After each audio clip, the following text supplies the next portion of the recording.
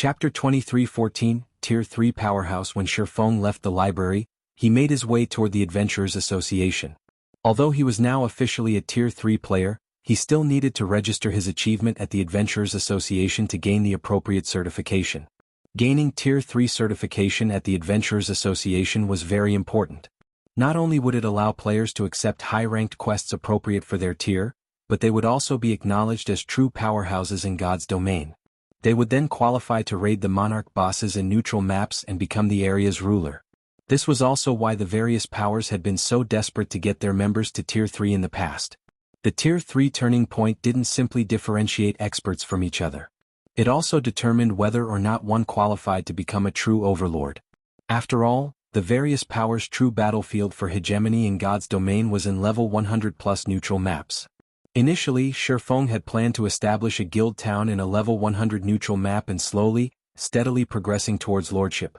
But now that the planar passages had opened, and adventurer alliances had formed sooner than he had expected, he needed a more efficient plan. The planar passages activation hadn't just accelerated independent players' leveling speed. It had done so for the various powers as well. Now he didn't have as much time to conquer level 100+ neutral maps. Zero Wing wasn't like the various superpowers. It lacked the manpower and resources to secure a foundation in level 100 neutral maps as quickly as superpowers could. Moreover, Zero Wing wouldn't be able to secure as much territory as the various superpowers. To establish a guild town in a level 100 neutral map, the ruling power would need to station a large number of players in the map long-term. Level 100 neutral maps were very far away from kingdoms and empires, considered free zones that were outside of any kingdom or empire's protection. In addition, NPCs weren't particularly interested in visiting these guild towns due to the neutral map's harsh environments. As a result, very few NPCs would apply as soldiers, and those that did would ask for exorbitant salaries. Hence, unlike in guild towns within kingdoms, empires and low-level neutral maps, players had to handle the majority of their guild town's defenses in level 100 neutral maps. This was also why guilds that wanted to secure a foothold in level 100+ neutral maps needed to upgrade their towns into guild cities as quickly as possible. They'd only be able to solidify their rule over the map with a guild city. After all, not only would guilds have to face monster assaults, but they'd also have to deal with enemy powers. Establishing rule in a level 100+ neutral map was already an intense challenge for guilds, and it would be especially difficult for Zero Wing, which lacked certain foundational aspects. The only solution Shifeng could think of was to become a lord.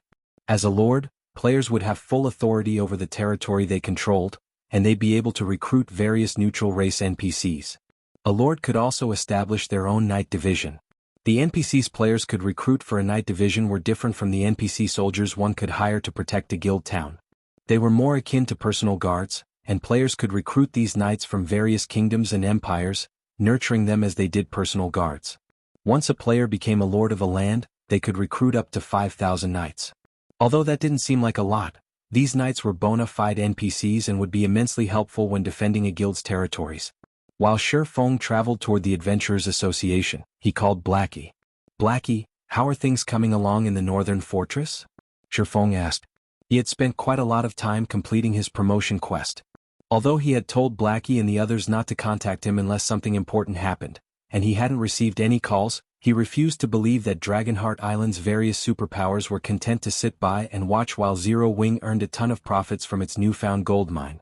The fortress's player population has already reached 1,500,000, and we're earning roughly 14,000 ancient gold per day.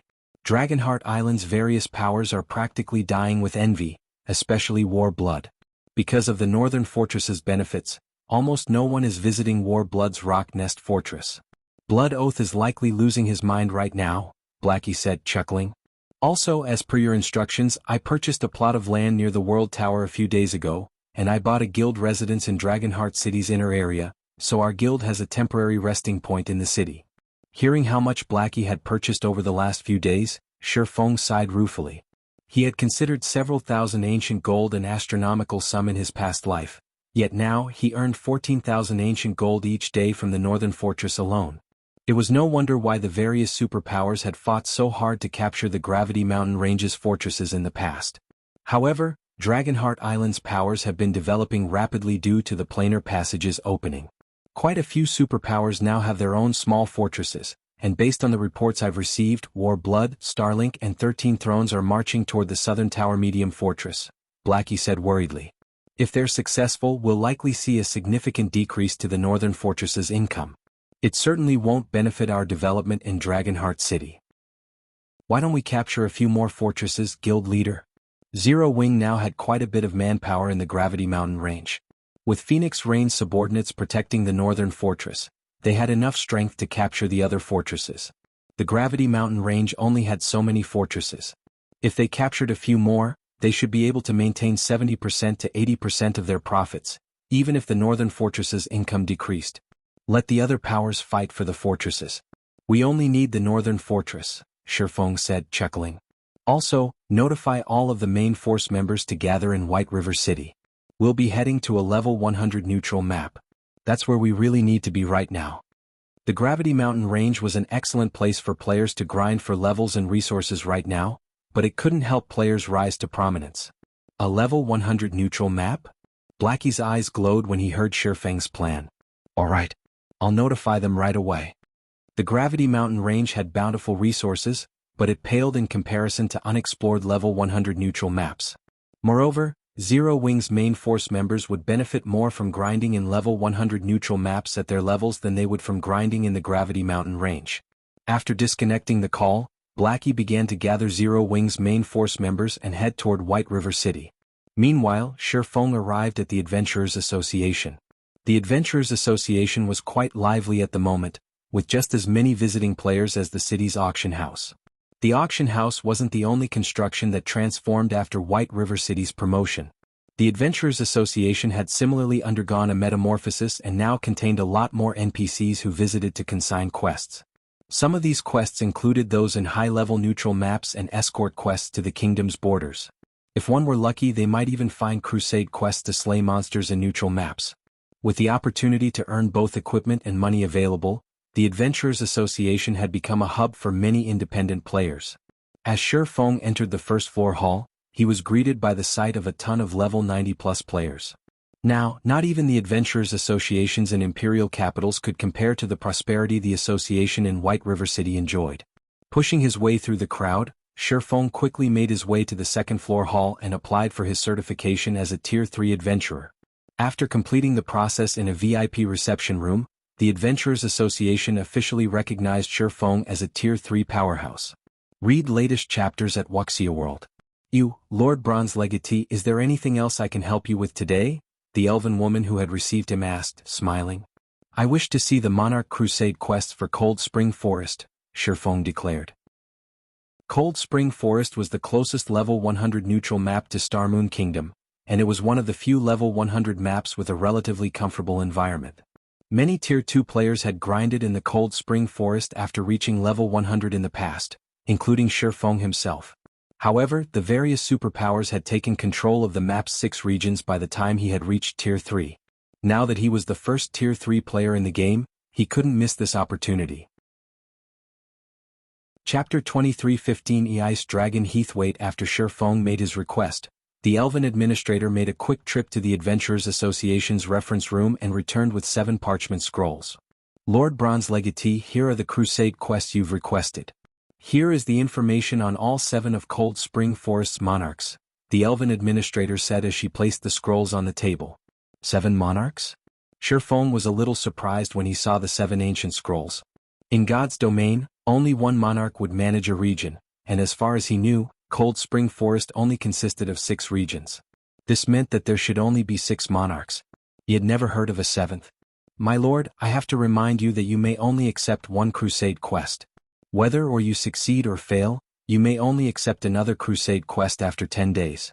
The materials needed to create the transfer stones are quite expensive as well. Please choose wisely, the Elven administrator explained. Shifeng had already known all of that, and nodding silently, he began to inspect the scrolls.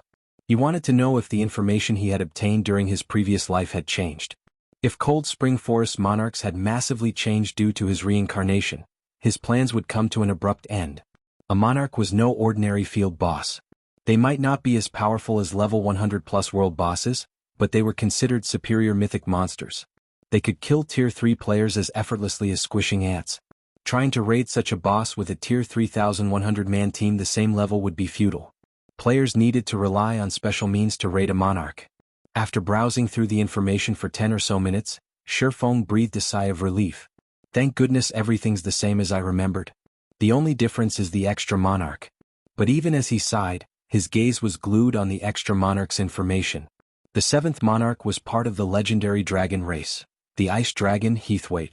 Meanwhile, the region Heathwaite ruled over was the Cold Spring Canyon, which was located in the Cold Spring Forest Central region. Cold Spring Canyon had been quite famous in the past in God's domain due to the extremely rare Arctic water it produced. Arctic water was one of the few items in God's domain that could improve a player's adaptability to their environment. The effects might not be astounding, and the item was useless to players with gold mana bodies or better, but it would be tremendously helpful to Tier 2 players when they challenged their Tier 3 promotion quests. This was why so many powers had fought for control of the Cold Spring Canyon during Shifeng's previous life. Shifeng had never dreamed that someone could actually rule over the Cold Spring Canyon. Without any more hesitation, Shifeng accepted the crusade quest to hunt the ice dragon Heathwaite. Are you sure you wish to accept this quest, Lord Bronze Legatee? We only have one transfer stone connected to the ice dragon's lair left. If you fail this quest, you will not be able to accept it again in the future, the Elven administrator warned when Shifeng selected the crusade quest that had remained untouched for over a century. I'll take it, Shifeng said with determination. He'd have a high chance of success with hunting the other monarchs thanks to his memories, but the Cold Spring Canyon was simply too valuable to give up. Technically, he could hunt one of the other 6 monarchs first and raid the ice dragon after the 10-day wait, but covering one area would be quite taxing on the guild with Zero Wing's current standards. Zero Wing simply couldn't manage 2 areas. Since he was limited to a single area, he had to choose the best option available. Even if he failed, he could prevent another power from obtaining the Cold Spring Canyon. The cost to teleport to Heathwaite's lair is quite high. You will have to pay 10,000 gold and 20,000 magic crystals as a deposit. If you complete the quest, we will return the deposit in full, as well as pay you your deserved remuneration. If you fail, however, your deposit will be forfeit, the Elven administrator said seriously. That's fine. Shifeng had already prepared for this cost. He handed the Elven administrator the deposit in exchange for a gray-white crystal. This crystal was none other than the transfer stone for the ice dragon's lair. After obtaining the transfer stone, Shifeng made his way to the Candlelight trading firm to retrieve some of the dark gold weapons that had been stored there. He then upgraded the Abyssal Blade to level 90, which was as high as he could upgrade the magic weapon right now. Level 95 weapons were still considered a luxury, not to mention level 95 dark gold weapons. Fortunately, the Abyssal Blade's attack power and attributes were only slightly lower than those of a level 100 epic weapon, despite the fact that it was only a level 90 magic weapon. The Abyssal Blade would be more than enough for Shifeng's needs. Shifeng then visited the Candlelight trading firm's second basement floor, which was where he stored his most important items. A guild residence was quite secure, but the Candlelight trading firm in White River City was many times safer than Zero Wing's guild hall. At this point, only Tier 4 players would have any hope of breaking past the shop's defenses. At this moment, an NPC guard stood before the warehouse on the second basement floor. He was a level 100 Tier 3 fine gold guard, and unless one had permission, not even a Tier 3 Apex expert would get past him. The Candlelight trading firm's defenses were impressively strict. With the help of the Grandmaster Forger Celiora, Shifeng had previously recast the disintegration armor, a piece of legendary equipment, yet despite being unfinished, it was too powerful for Shifeng to use. Moreover, carrying the disintegration armor on him wasn't safe, so he had stored it in the Candlelight trading firm's underground warehouse. First, he didn't want to risk losing it, even if the chance of it dropping upon his death was negligible. Second, even after recasting it, the disintegration armor's aura would still attract ores, especially powerful high-tiered ores. If he had attracted a powerful ore's attention as a Tier 2 player, he would have been helpless. Furthermore, he couldn't equip it yet. He had coveted legendary items for a long time. He had heard countless stories of players who owned a legendary item in his previous life. There were tales of Tier 4 players defeating Tier 5 players and Tier 5 players slaying Tier 6 god-ranked players. One player had even soloed a Tier 5 dragon. Read latest chapters at Wuxia World. Yet, the piece of legendary equipment he had gone to great lengths to obtain was an unfinished product, and its minimum use requirement was Tier 3. To make matters worse, he hadn't even been able to inspect its attribute panel until he had reached Tier 3. Holding on to the disintegration armor would have only frustrated him. Now that he had finally reached Tier 3 and met the minimum requirements to equip the disintegration armor, it was time to retrieve it. With a piece of legendary equipment, defeating the ice dragon Heathwaite would be far easier. Legendary items could, after all, allow players to transcend tiers, and as a Tier 3 player he should be able to contend with a Tier 4 ice dragon with the disintegration armor equipped. Once he entered the warehouse and arrived before the disintegration armor, Shifeng chanted an incantation to release the seal protecting it. As soon as the seal faded, crimson energy pulsed away from the pitch-black chest piece, spreading. A pressure that would even make Tier 2 experts uncomfortable began to fill the warehouse. As the disintegration armor's aura swept over him, Shifeng felt his blood begin to boil as bloodlust wormed its way into his mind.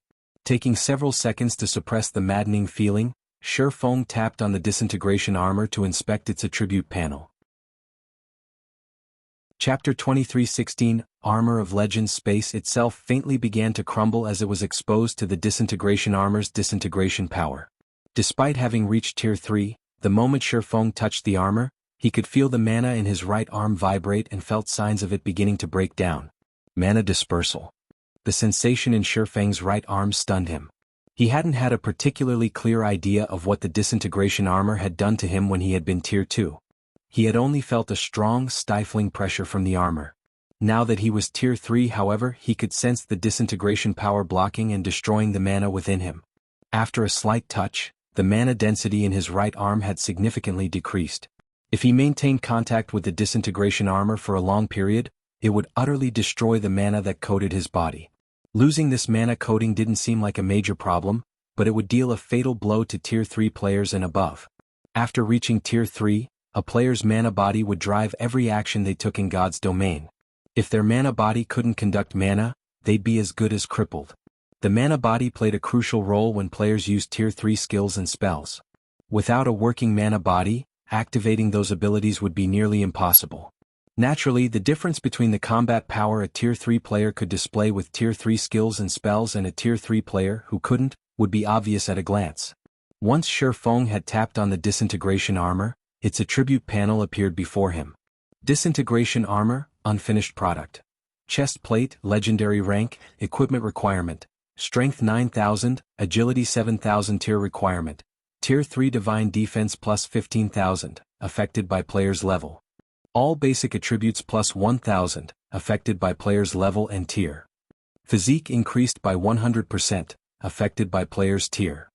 When equipped, strength increased by 120%, agility increased by 100%, and endurance increased by 100%. All resistance plus 300, magic resistance increased by 40%. Mana body's effects increased by 50%. Ignore levels plus 30, all item level requirements reduced by 10 levels. Additional passive skill disintegration body, reduces the damage from Tier 3 or below attacks by 70%, reduces damage from Tier 4 or above attacks by 40%, immune to all control effects, weakens stiffening effects by 70%, and increases reaction speed by 20%. Additional active skill 1 disintegration field. Disintegrates all skills and spells within a 100-yard radius. Skills and spells at Tier 2 and below will be nullified, while skills and spells above Tier 2 will be weakened by 60%. All entities within range will suffer a 40% reduction to basic attributes, physique and stamina, in addition to a 400% increase to their stamina and concentration consumption rates. No cooldown. Additional active skill 2 disintegration power. Gathers all of the disintegration armor's power and temporarily sacrifice all of its attributes to upgrade user by 1 tier for 60 seconds. Cooldown, 12 hours, cannot be stacked with skills and spells of similar effect. The disintegration armor is a divine armor that the Or Empire's founding emperor had created with various divine items. This armor had been destroyed during a battle against gods. The disintegration armor has recovered a portion of its original strength after Celiora recast the chest piece using a blood contract. Due to the armor's disintegration power, the armor's attributes suffer an 80% reduction when equipped. If equipped by the blood contractor, the armor's attributes will only be reduced by 50%. God crystals required to repair the disintegration armor fully, 0/10. Amazing. Shifeng's eyes glowed as he read the Disintegration Armor's attribute panel. Before this, he hadn't had a clear idea of what a true legendary item's attributes would look like. He had only heard of legendary items during his previous life. He hadn't actually seen a real legendary item's attribute panel since anyone with such an item had rightfully kept a tight lid on its abilities. Although the Disintegration Armor was an unfinished product, it was the strongest piece of equipment he had ever laid eyes on. Even Gentle Snow's fragmented legendary ranked 7 Luminaries battle armor was far weaker than this chest piece. The 7 Luminaries battle armor had originally been a legendary item, but after taking significant damage, its rank had fallen. And yet, despite being a damaged piece of armor as well, the Disintegration Armor was leagues stronger than the 7 Luminaries battle armor in all aspects. The fact that the Disintegration Armor granted divine defense, rather than a simple boost to ordinary defense, was particularly astounding. This meant that even skills and spells that dealt true damage wouldn't be as effective against the Disintegration Armor's wearer. It would also reduce lower-tiered players' damage, and higher-tiered players wouldn't be able to deal any additional damage due to their tier advantage. Divine Defense was the highest grade of defense in God's domain. It's a pity that the armor is so badly damaged. Even if I equip it, I'll only exhibit a fraction of its true might. If I could display the Disintegration Armor's full power, dealing with the Ice Dragon would be a piece of cake, Shifeng thought. The Disintegration power's instability limited the armor's true strength. At the armor's peak, Shifeng could likely defeat the Mythic ranked Ice Dragon head-on with the additional 100% physique and 120% strength. Even so, Shifeng was overjoyed that he could finally equip the Disintegration Armor. A piece of legendary equipment. Countless players, including Apex experts, dreamed of equipping such an item. Legendary items were simply too rare in God's domain. Just obtaining a single clue that might lead to one required an astronomical amount of manpower and resources. In some cases, these clues would only lead to a fragment of a legendary item. Players would then have to find the remaining fragments and invest even more resources to repair it. Unless one were ridiculously lucky or had particularly powerful support, getting their hands on a legendary item would be utterly impossible. Now, Shifeng finally had a legendary item of his own, and he could even equip it now. The Disintegration Armor's attributes might be halved, but it was still slightly more powerful than a piece of fragmented legendary equipment. Read latest chapters at Wuxia World. Shifeng immediately equipped the Disintegration Armor. The 9,000 strength and 7,000 agility were incredibly difficult requirements to meet. Even a Tier 3 player in full top-tier equipment would have to wait until level 120 to fulfill them, but it wasn't an issue for Shifeng. Not only did he have an advanced bloodline, but he also wielded one of the 10 Great Saint legacies. Furthermore, he carried a magic weapon and multiple fragmented legendary items. Meeting the two requirements at level 100 was actually quite easy for him. The instant Shifeng equipped the Disintegration Armor, he felt power course through him. His basic attributes skyrocketed, and his perception considerably improved. Even his mind felt far clearer than before. If he fought Erdia, a titled Tier 3 heroic spirit, in his current condition he'd have a high chance of defeating the undead. It's about time to leave. Glancing at the time, Shifeng realized it was time to meet up with Blackie and the others. He activated the Nightwalker's Cape's Nightwalker skill to conceal the Disintegration Armor's aura and information before heading toward White River City's Teleportation Hall. Chapter 23:17, Shadowless Empire. White River City's Teleportation Hall. Once in the Teleportation Hall, Shifeng made his way to one of the high-class bars on the 3rd floor. Blackie and the others had been waiting for some time now. When they noticed Shifeng enter the establishment, they stood, surprised. Yan Tianxing and Yi Luofei were particularly shocked as their guild leader pulled their attention away from their 10 gold bottles of 5-colored fruit wine. So, this is a Tier 3 class? Blackie had already informed the group that Shifeng had left to challenge his Tier 3 promotion quest, and none of them had been particularly surprised. Shifeng had already reached level 100, so it was expected that he'd challenge his promotion quest. Although Shifeng's Nightwalker's cape concealed his aura, it couldn't hide the fact that the ambient mana actively flowed toward him. God's domain did have weapons and equipment that would attract mana to their user, but those items generally only increased the mana density around the player. However, despite so much mana flowing toward Shifeng, Yan Tianxing, whose senses were quite sharp, and Yi Luofei, who was a magical class player and only a step away from reaching the domain realm, recognized that the mana density around Shifeng hadn't actually increased. It felt as if the swordsman were a black hole, steadily devouring the ambient mana. Mana was the root of all in God's domain. A player's physical and mental condition, skills, and spells were all closely tied to mana. As players at the peak of God's domain, Yan Tianxing and Yi Luofei had spent a considerable amount of time researching the game's mechanics, especially the relationship between mana and a player's virtual body. Players constantly absorbed mana from their environments, and as players' physiques grew stronger, they'd absorb more mana. This was why areas with thin or no mana were considered forbidden lands. As a Tier 3 player, Shifeng's mana absorption was astounding. If the mana that flowed into Tier 2 players was like a small creek, the mana flowing into Shifeng was a raging river. "Everyone's here, guild leader. We can set off when you're ready," Blackie excitedly reported. Thanks to the Northern Fortress, Zero Wing's overall strength had increased considerably. Not only did the Northern Fortress provide the huge ancient gold profits, but it also gave players a place where they could rapidly grow stronger. By this point, Zero Wing had explored multiple ancient ruins in the Gravity Mountain Range's northern region, securing plenty of precious treasure. The guild's main force members had also reached level 97 and 98 and had upgraded most of their equipment with level 95 dark gold equipment. However, their combat standards had improved far faster than their levels and equipment. As many as 26 main force members had now reached the Truth Realm. Yan Tianxing and Yi Luofei had even reached the Ascension Realm. In addition, Alluring Summer, Silent Blade, Shadow Sword, Stubborn Bone, and Zhao Yueru had entered the Flowing Water Realm thanks to Unyielding Soul's legacy training slots. Seeing how much his comrades had improved, Shifeng was a little surprised. He hadn't expected them to grow so strong so quickly. Now, Zero Wing's main force was likely only a little weaker than Superpower's main forces. If Fire Dance and the others could make some progress in the Tower of Four Gods, Zero Wing's main force might even be able to stand toe-to-toe with the various Superpower's main forces. "Alright, let's go." Shifeng nodded as he joined the team. He led everyone to a teleportation array and traveled to the border town closest to the Cold Spring Forest. He then used the Seven Luminaries Ring spatial gate to transport the team the rest of the way. Cold Spring Forest was a level 100 neutral map, as well as a junction to other level 100+ neutral maps. Thus, it was quite far from civilization. Players would have to cross over a dozen large maps to reach the Cold Spring Forest from Starmoon Kingdom. Getting there was especially troublesome without a flying mount. Of course, Shifeng had the Thunder Eagle and the Seven Luminaries Ring. After teleporting multiple times, Shifeng and his team finally arrived before the cave that led to the Cold Spring Forest. The Cold Spring Forest was meant to help players transition from Tier 2 to Tier 3, unlike other level 100 neutral maps with harsh environments.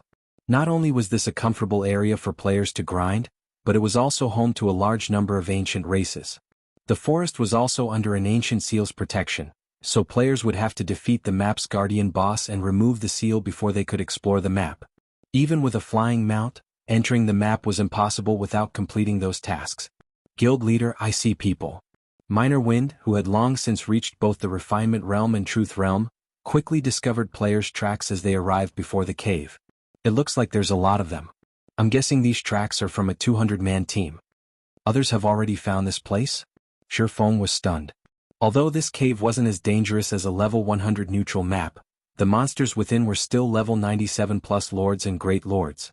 Quite a few grand lords wandered within the cave as well. Surviving here was no easy task. In addition, the cave was particularly dark, suppressing players' five senses to a certain degree. A 100-man team of current experts wouldn't last more than 10 minutes inside the cave. Even a superpower's main force would struggle to get through. There were simply too many monsters, especially since the cave should still be largely unexplored. "Guild leader, should we head inside?" Blackie asked. They were trying to maintain a level of secrecy. If they encountered other players, news of their operation would spread. Although they were only heading out to explore a level 100 neutral map, which shouldn't be much of a problem, they couldn't guarantee that other powers wouldn't try to take advantage of their operation. "No need to worry. Let's just go," Shifeng said, shaking his head. Even if other powers learned that they were exploring the Cold Spring Forest, they couldn't cause any problems for Zero Wing's team. Other players weren't even guaranteed to get through the cave and into the forest, much less take advantage of the operation. Following which, with Kola, Yi Wumian and Turtledove led the way into the cave. Visibility was poor in the dimly lit cave. Even Tier 2 players could only see up to 200 yards away, and dodging ranged attacks from multiple directions would be particularly challenging in the cave's narrow, maze-like structure. Fortunately, Zero Wing's main force members had trained in the Extraordinary Tower, so they coped with the cave monsters' ambushes relatively well. With an MT like Cola leading the way, the team had little issue pushing through the cave quickly. They didn't have to come to a halt to deal with the monsters. The cave had 2 floors, and after 3 hours, Shifeng and his comrades finally reached the 2nd floor. This was also where they'd find the Guardian boss. Unlike the 1st floor, the 2nd floor was an open canyon. It was so large that a large team wouldn't have to worry about needing room for their usual formations in battle. Moreover, the 2nd floor was much brighter than the 1st. However, the suppression on players' senses had increased in exchange. Less than 30 minutes after reaching the 2nd floor, Shifeng and his team heard explosions and noticed dazzling lights at the end of the tunnel. The tunnel led to a cavern which contained a town. Zero Wing's main force found a 200-man team clearing out the Demonkin soldiers and guards that guarded the town, while gradually approaching an ancient giant in the town's center. Every player on the 200-man team was level 96 or above, and they all wore a dark mark on their foreheads. They also radiated a faint, black glow. Even as they fought the High Lord-ranked Demonkin soldiers one-on-one, these players had an overwhelming advantage.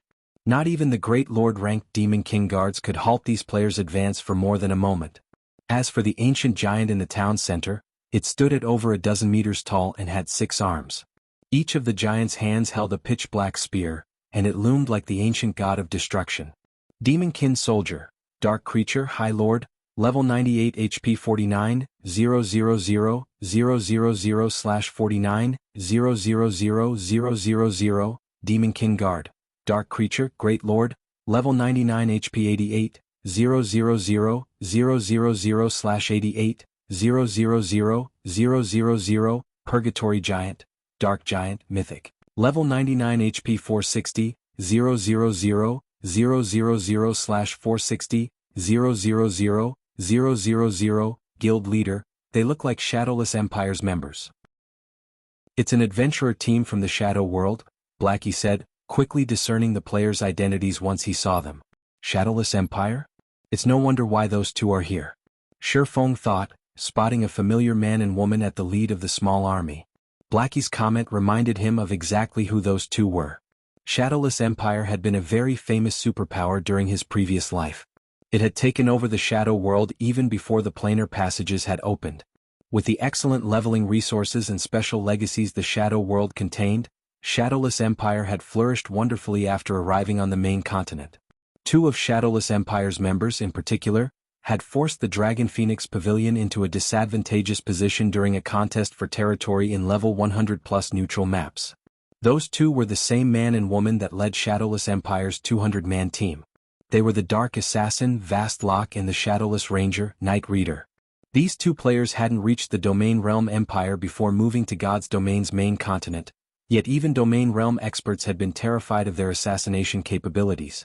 Once they had reached the Domain Realm, they had been akin to Demon Kings in the dark. Those 2 had been responsible for plenty of the Dragon Phoenix Pavilion's losses, even going as far as stealing one of the pavilion's territories. Meanwhile, shortly after Zero Wing's members discovered Shadowless Empire's team, Shadowless Empire's members noticed them as well. Read latest chapters at Wuxia World. You, Commander, those are Zero Wing's members. Should we get rid of them? A level 96 Dark Berserker asked, making a throat-cutting gesture as he glanced at Zero Wing's main force. I hadn't thought Zero Wing would reach this place. It's no wonder why everyone's insisted that Starlink and the various superpowers can't seem to deal with the guild, Night Reader said, chuckling. Night Reader was a slender woman with vibrant red hair. She wore epic chainmail and wielded an ancient, crimson bow as well. It's a pity that their era in God's domain has come to an end. Zero Wing is simply wasting its time by coming here. Because the Shadow World lacked top-tier weapons and equipment, Shadowless Empire's equipment standards had been lacking when they had first arrived on the main continent. However, their equipment standards had undergone a qualitative transformation rather quickly, and Shadowless Empire's members had caught up with the main continent's players. With their advantage in terms of legacies, levels, and combat standards, not even the various superpowers with vast foundations were a match for Shadowless Empire now. As for the main continent's non-superpowers, they were utterly helpless before Shadowless Empire's strength. When he heard Night Reader's comment, the bald youth leading the team, Vastlock, nodded his agreement. Ignore them and prioritize killing the Purgatory Giant. They'll know what to do once they realize the difference between our strengths, Vastlock said. He returned to commanding his team as they advanced on the Purgatory Giant. Chapter 23:18 Sword rises. After Vastlock declared his decision, Shadowless Empire's 200-man team accelerated their advance toward the Purgatory Giant, completely ignoring Shifeng and the others' existence. These people really don't care about us at all. Yan Tianxing could not help but shake his head and chuckle when he saw Shadowless Empire's members' nonchalant reaction toward Zero Wing's arrival. Normally, when players came across other players out in the fields, especially when they were raiding a boss, they would give out a reminder or warning to the approaching players. However, Shadowless Empire's members simply treated Zero Wing's team as if it were air and did not even bother trying to make contact. The only explanation for such a reaction was that Shadowless Empire had deemed them to be no threat and not worthy of any attention whatsoever. Guild leader, are we really not going to make a move? Blackie asked as he looked at the distant Purgatory Giant. He did not particularly care about Shadowless Empire's treatment of them. However, since the guardian boss of this cave served as the key to the Cold Spring Forest, its loot might provide them with some help once they entered the neutral map. We're only traveling toward the Cold Spring Forest. Having someone to open up a path for us is a good thing, Shifeng said, chuckling. He then instructed everyone to get some rest first. He had no intention of snatching the boss from Shadowless Empire at all. The Purgatory Giant was indeed a very important boss. After killing it, not only would players gain access to the Cold Spring Forest, but they would also obtain a special item called Purgatory Core. When activated, the Purgatory Core would create a natural barrier with a 200-yard radius that would help players adapt to level 100 neutral maps. The barrier's effects were similar to Arctic Water, except that Arctic Water was only effective for one player while the Purgatory Core applied to a specific area. For Tier 2 teams looking to grind in level 100+ neutral maps, the Purgatory Core was a very useful item. Killing the Purgatory Giant provided no other benefits aside from these two. Meanwhile, his goal was to kill the ice dragon Heathwaite and occupy the Cold Spring Canyon. To him, the Purgatory Core held no meaning. After all, once he occupied the Cold Spring Canyon, he could obtain Arctic Water much more easily. At that time, let alone a 100-man team, even strengthening a 1,000-man team wouldn't be difficult. I guess you're right. Blackie nodded as he found Shifeng's words reasonable. He then sat down on the ground and started recovering his stamina and concentration. The Purgatory Giant was a level 99 mythic boss. Moreover, it belonged to the giant race. Its life rating was considerably high, so raiding it would not be easy. Since Shadowless Empire was willing to raid it for them, they could use this opportunity to conserve their strength for the Cold Spring Forest. While Zero Wing's members rested in a distant location, Shadowless Empire's members, who were only 500 yards away from the Purgatory Giant now, also noticed what Zero Wing's members were doing. It seems these people are quite smart. Had they dared try to snatch the boss, I'd make sure they got a good beating. A level 96 Dark Berserker said, smirking when he saw Zero Wing's members sitting down and resting. I doubt that's the case. I bet they want to use us to test the Purgatory Giant's prowess, so that they can have an easier time raiding it afterward, Night Reader said as she glanced at Shifeng and the others, a bright smile blooming on her face. It's a pity that they're looking down on us too much. Shadowless Empire was the ruler of the entire Shadow world. Its capabilities were far beyond anything the main continent's various superpowers could imagine. Although the Shadow world was only the size of a kingdom, as one of the higher standard otherworlds, it possessed resources that many superpowers coveted. However, despite the superpowers' numerous attempts to seize the Shadow world, Shadowless Empire always emerged victorious. Alright, focus. The boss has already sensed us. Everyone get ready. Vastlock suddenly shouted when he saw the Purgatory Giant opening its eyes. The Purgatory Giant's awakening immediately panicked the wandering Demonkin soldiers and Demonkin guards. The moment the Purgatory Giant opened its eyes, everyone present felt a horrific aura wash over them, even Zero Wing's members who sat several thousand yards away. Based on its aura, the Purgatory Giant was definitely much stronger than ordinary mythic monsters. Moreover, space within a 500-yard radius of the Purgatory Giant started changing upon the Guardian Boss's awakening, the gravel on the ground shattering. After awakening, the Purgatory Giant immediately advanced toward Shadowless Empire's members and thrust its 6 spears at them, the spears tearing apart the space they passed through. Just as the 6 spears were about to reach Shadowless Empire's members, 6 shield-bearing Dark Knights jumped forward and met the spears in battle. the bodies of these dark knights radiating a bright, black light while the dark mark on their foreheads glowed a faint crimson. A series of explosions echoed throughout the entire tattered town. After receiving the Purgatory Giant's spear, each of the 6 dark knights stumbled only 3 or 4 steps back before stabilizing their bodies. They also lost only 25% or so of their HP, which was quickly regenerated thanks to the rearline healers.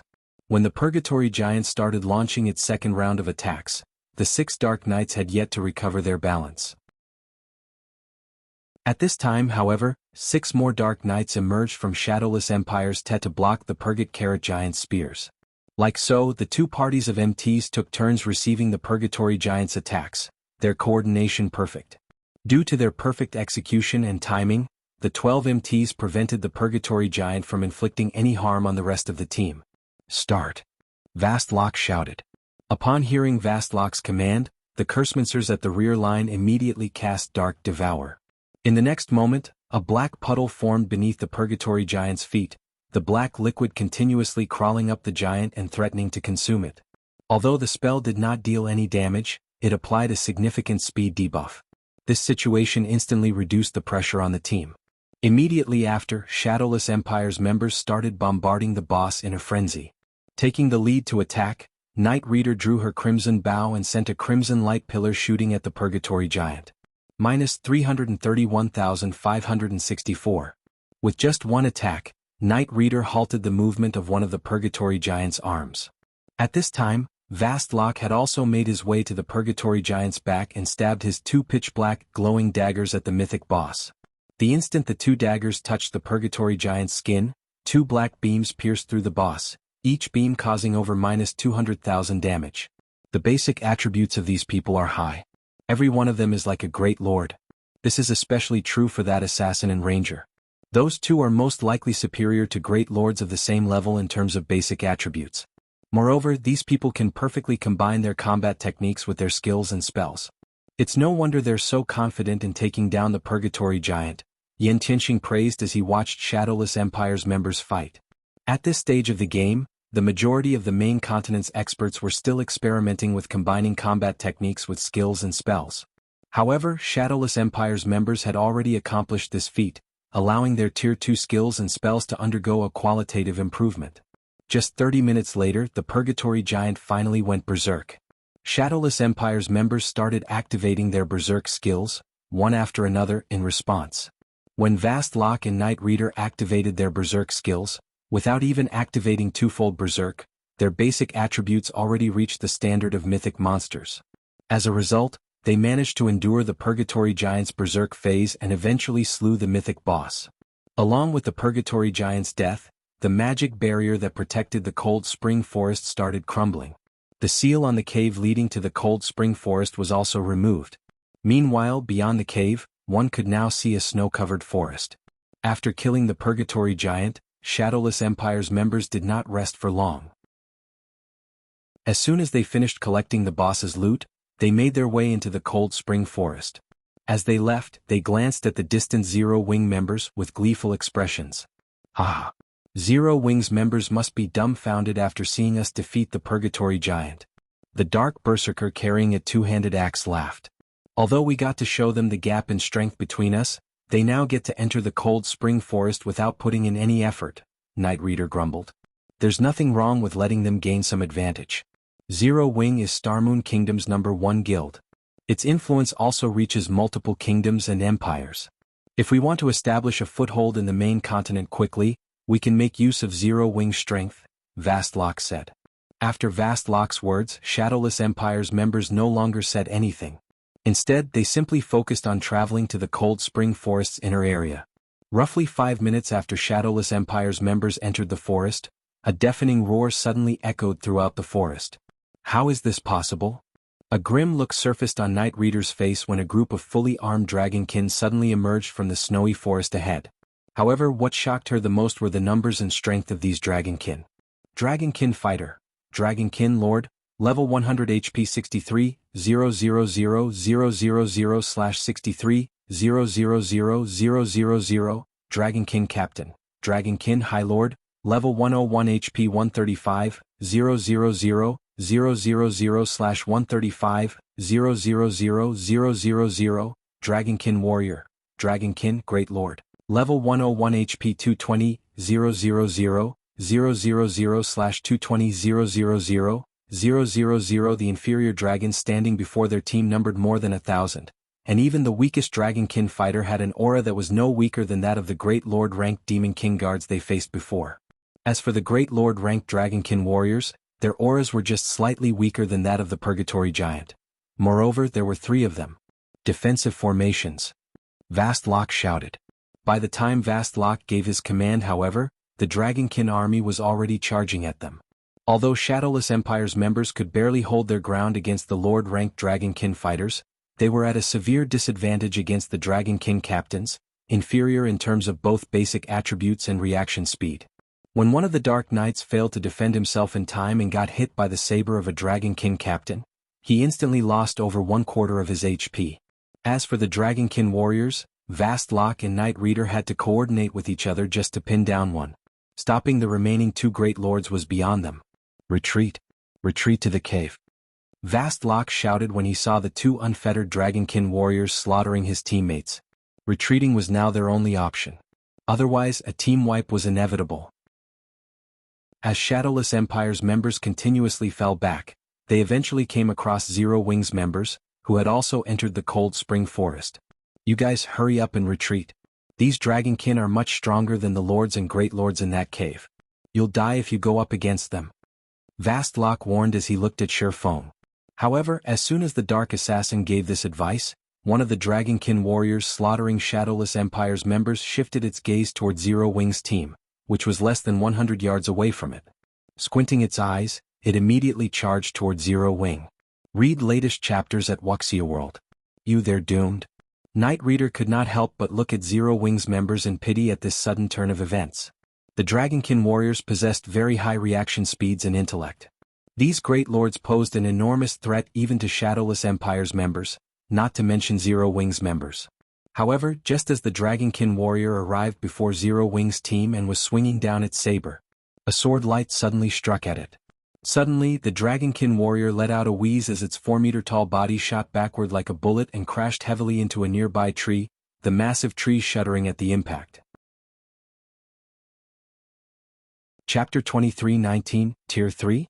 As if time had stopped, silence fell over the entire Cold Spring Forest. Whether it was the Dragonkin or Shadowless Empire's members, they were all in a daze as they looked at the Dragonkin warrior that had collapsed before the large tree. At this moment, not only was the Dragonkin warrior in a heavily injured state, but its silver armor even sported a large cut. If one looked closely, one could even see the white, broken bones of the Dragonkin warrior beyond this cut. If not for God's domain setting that made it so that creatures would die only if their HP fell to 0, the slash from before would undoubtedly have taken the Dragonkin warrior's life. Even so, the attack still took away a large chunk of the Dragonkin warrior's HP. What did he do? Night Reader could not help her shock as she stared at Shurfeng, the person who executed the attack on the Dragonkin warrior. Previously, when she used her trump card to attack the Dragonkin warrior, she had only managed to make it stumble back one step. Shurfeng, on the other hand, heavily injured the Dragonkin warrior with just one stroke of his sword. For a moment, she wondered if the main god system was playing a joke on her. After all, she was currently level 97. She was also equipped in 4 pieces of epic equipment and a top-tier epic weapon. In addition, she had a special legacy that increased her basic attributes and physique by a significant margin when fighting in darkness. Even the apex experts of super guilds were most likely no match for her when it came to basic attributes.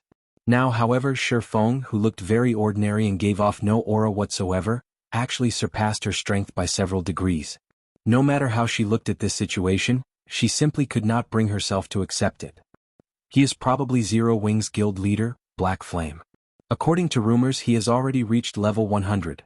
Vastlock guessed as he looked at Shurfeng, his evaluation of Zero Wing increasing by a grade. Even if he is level 100, there is no way he can have enough strength to send the Dragonkin warrior flying. We can't even if we activated our berserk skills, Night Reader said. Although the Dragonkin warrior was only a great lord, its strength was just slightly inferior to the mythic-ranked Purgatory Giants. Even if they activated a berserk skill, they would, at most, just match the Dragonkin warrior. In order to send it flying over 20 yards, they would need strength at the standard of mythic monsters at the very least. Of course, it's impossible just by reaching level 100. However, I suspect that he has already completed his Tier 3 promotion quest, Vastlock said in a definite tone. Tier 3? How is that possible? Night Reader simply could not bring herself to believe Vastlock's speculation. Previously, she already considered the rumor of Shifeng reaching level 100 a wild exaggeration. The Shadow World had much more abundant leveling resources compared to the main continent, yet even they, the top players of Shadowless Empire, had only managed to reach level 97. Now, however, Vastlock was telling her that Shifeng had not only reached level 100 but also completed his Tier 3 promotion quest. This was unbelievable. The difficulty of promotion quests increased with each subsequent tier. The difficulty of the Tier 3 promotion quest was especially high. To complete the Tier 3 promotion quest, players would not only have to be of a sufficiently high level but also needed to invest a lot of time into making preparations. For Night Reader herself, even if she had made all the preparations she could, she still wouldn't be confident of completing her Tier 3 promotion quest. After all, experts of their caliber couldn't settle for a mediocre result in their Tier 3 promotion quest. Needless to say, someone like Shifeng wouldn't settle for this either. While Night Reader and Vastlock were talking about Shifeng, the heavily injured Dragonkin warrior suddenly stood up and let loose a deafening roar, which echoed throughout the forest. Moreover, the Dragonkin warrior did not stop at just one roar. Instead, it repeatedly roared again and again. Did it get hit too hard in the head? Night Reader found the Dragonkin warrior's incessant roaring strange. Moreover, the injured Dragonkin warrior wasn't the only one acting strangely. Every other Dragonkin in the army also started roaring. No. Vastlock's complexion darkened as realization struck him. They're calling for reinforcements. As soon as Vastlock finished speaking, a deafening roar came from the depths of the forest. Following which, a commotion broke out in the distant forest and very quickly, a huge swarm of Dragonkin charged out of there.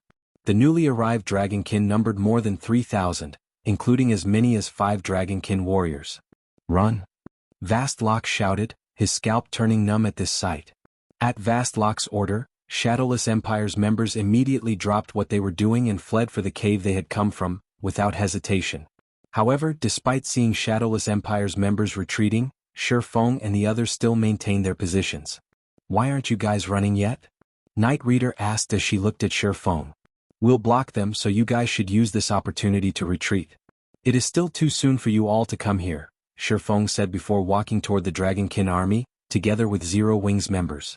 Since Vastlock had warned him before out of Gudv Caradel, Shifeng naturally didn't mind helping Shadowless Empire now. You're crazy. Do whatever you want. Night Reader huffed when she saw Zero Wing advancing toward the Dragonkin army. She then turned her head away and left. Shifeng might have reached Tier 3 but he was only one person. He wouldn't be able to keep the several thousand Dragonkin at bay all by himself. Not to mention 5 more Dragonkin warriors had joined the fight now. Even if the swordsman could suppress these great lords, could he suppress all 8 of them? However, before Night Reader had gone 100 yards away from her previous position, she saw Zero Wing's team clashing with the Dragonkin army. When the two sides came into contact, Shifeng initiated the battle by executing Void Slash, using the 6 slashes his skill generated to send 6 Dragonkin warriors flying back and crashing into the Dragonkin behind them. As for the 2 remaining Dragonkin warriors, Kola stopped one of them while Turtledove stopped the other. Kola's strength might not be comparable to the Dragonkin warriors, but with the fragmented legendary ranked Titan Guard and his Dragonslayer legacy, he neutralized all of the Dragonkin warriors' attacks without fail. As for Turtledove, although she was inferior to Kola in terms of both defense and strength, she had Yen Tianxing assisting her from the side. Yen Tianxing influenced the Dragonkin warriors' attacks, such that they all landed on Turtledove's shield and nowhere else. After seeing that all 8 Dragonkin warriors were stopped, Alluring Summer Iluafe Zhao Yueru, and the other magical class players started bombarding the approaching Dragonkin captains and Dragonkin fighters. Like a mobile turret, Zhao Yueru sent even the High Lord-ranked Dragonkin captains flying with her spells. With just one AoE spell, she created a large clearing amid the Dragonkin army. Even the Dragonkin warriors stumbled when struck by her attacks. Despite the severe numerical disadvantage, Zero Wing's 100-man team coped with the Dragonkin army without suffering any casualties and relentlessly pressed deeper into the cold spring forest, suppressing the Dragonkin army thoroughly. Dragon King fighters and Dragonkin captains died quickly, one after another under Zero Wing's bombardment. Crap. Are they even human? An axe-carrying dark berserker, who had already arrived back at the cave, cursed aloud when he saw the Dragonkin army getting repulsed. He had had a tough time dealing with just one Dragonkin captain, yet Zero Wing's members were toying with the High Lords as if they were children. Zhao Yueru, Alluring Summer, and Yi Luofei in particular, had devastated the several dozen Dragonkin captains with their attacks, preventing the High Lords from reaching Zero Wing's rear line. Shi Feng was even more frightening, single-handedly suppressing 6 Dragonkin warriors. Let alone damaging the swordsman, the 6 Dragonkin warriors couldn't even get within 5 yards of him. Their HPs also plummeted. After only a short moment, the 6 Dragonkin warriors had already lost 1/10 of their HPs. At this rate, the deaths of all 6 were just a matter of time. How is Zero Wing so strong? After Zero Wing's team disappeared into the snow-mantled forest, Night Reader was in a daze for a long time. When she remembered how they had thought to prove their superiority over Zero Wing by defeating the Purgatory Giant, she felt a little embarrassed. She had never imagined that things would turn out this way. Read latest chapters at Wuxia World. Yu Shifeng's performance in particular had shocked her. Every one of his actions was beyond her perception. If he had decided to contest for the Purgatory Giant back then, the consequences would have been dire. Most likely he could annihilate their entire 200-man team all by himself. Let's return now. Zero Wing is much stronger than we initially thought. The higher-ups will need to adjust our approach to Star Moon Kingdom, Vast Lock said after giving the matter some thought. Shi Feng's strength was simply too frightening. He was no longer an existence Tier 2 players could hope to contend with. Moreover, the other members of Zero Wing also possessed considerable strength. With the guild definitely much stronger than ordinary major powers, Shadowless Empire would have to tread carefully in Star Moon Kingdom from now on. After saying so, Vast Lock turned around and had everyone prepare to leave the Cold Spring Forest. As for Night Reader, she turned involuntarily for one last look towards the direction Shi Feng disappeared. So what if you're Tier 3? Just you wait. I'll catch up with you soon. At that time I'll show you just how powerful I am. I'll make you regret looking down on me. When Night Reader thought of the words Shi Feng said to her before, she gnashed her teeth in anger and frustration, feeling as if she had been treated like a fool. Immediately afterward, she turned around and left the Cold Spring Forest. Chapter 23 20th Level 100 Exploration Zero Wing's members gradually advanced deeper into the Cold Spring Forest. As the map had never been explored by players before, the number of Dragonkin Zero Wing's members encountered along their journey kept increasing. Fortunately, the number of Dragonkin warriors they came across did not, so the growing number of enemies did not affect the team negatively. It only provided the team with even more EXP. The EXP granted by level 100 monsters was far greater than that of level 99 monsters. Although Shi Feng had brought Zero Wing's main force to grind at a level 100 Forbidden Land before, everyone's level had been very low. As they had to rely on Tier 3 demons to do most of the fighting back then, their grinding efficiency had been considerably low. Now that everyone in the team had the combat power to contend against level 100 lords, they made short work of the level 100 plus Dragonkin.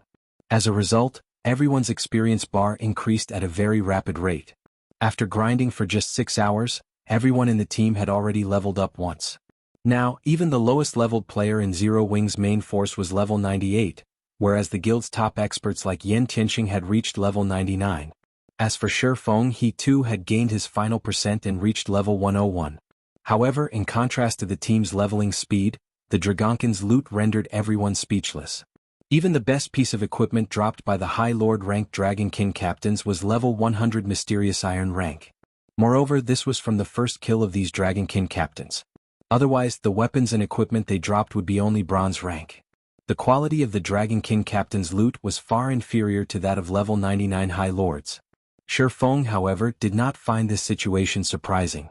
After reaching level 100, ordinary experts would be able to gear themselves only in level 100 Mysterious Iron equipment.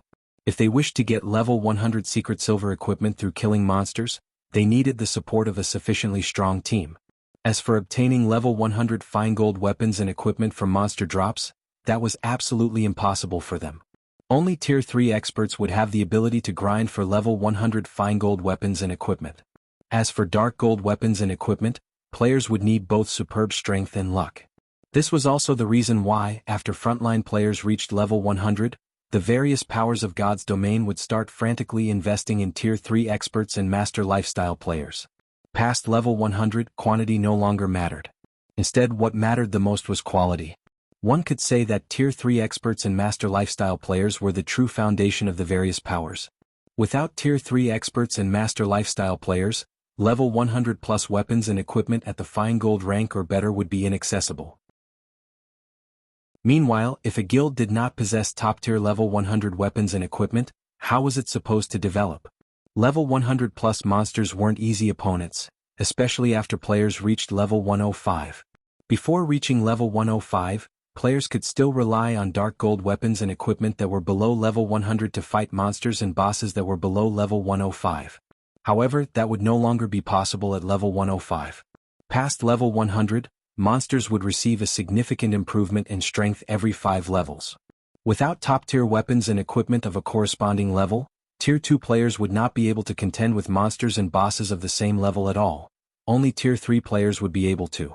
However, players capable of getting promoted to Tier 3 as soon as they reached level 100 were extremely rare. Moreover, although Tier 2 players might have an easier time completing their Tier 3 promotion quest as their levels increased, they would still require the assistance of top-tier weapons and equipment to succeed. Guild leader, I found a parchment that can't be appraised. Blackie said excitedly after picking up a parchment dropped by a Dragonkin warrior. He then handed it to Shifeng, anticipation filling him. His appraisal had already reached the advanced standard and was only one step away from the master standard. An item that he could not appraise definitely wasn't ordinary. A parchment. After Shifeng used omniscient eyes to appraise the parchment, surprise and joy filled him. Not bad. This is a magic trap design. A trap design? Blackie, however, was disappointed when he heard Shifeng's words. How unlucky. I thought we got a design for a weapon or equipment.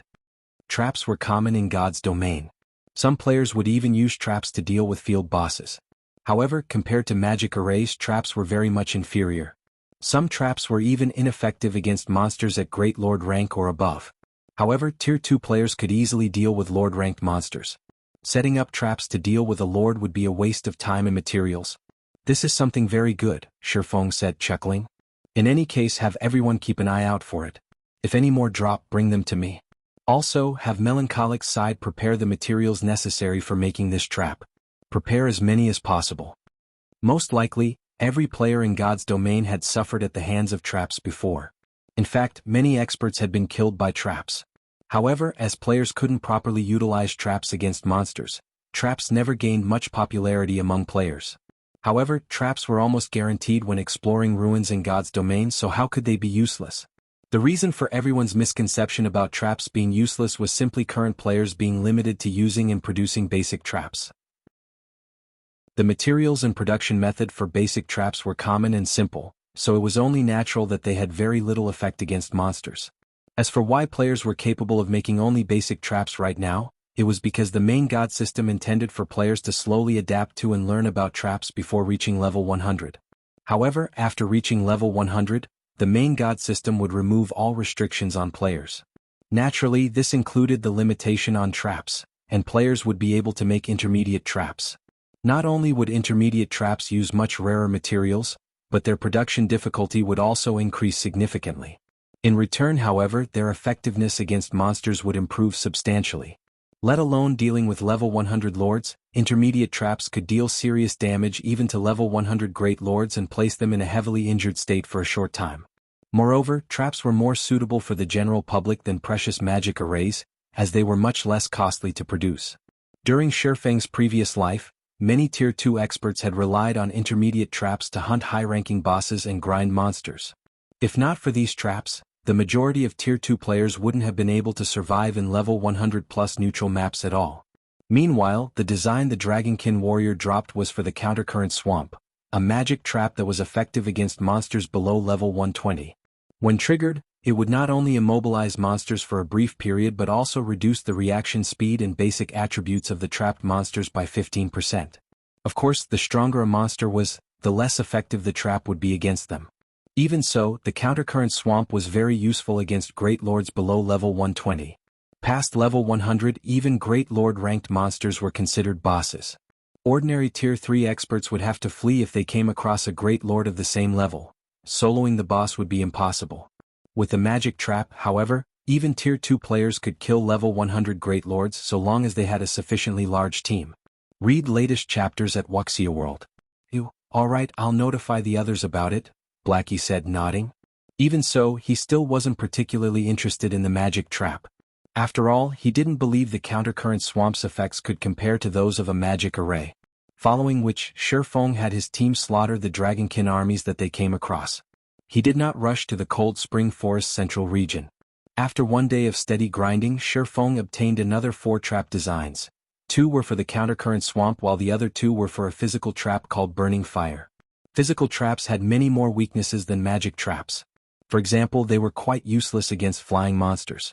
However, physical traps also had very obvious benefits. For example, they could be used to target a group of monsters.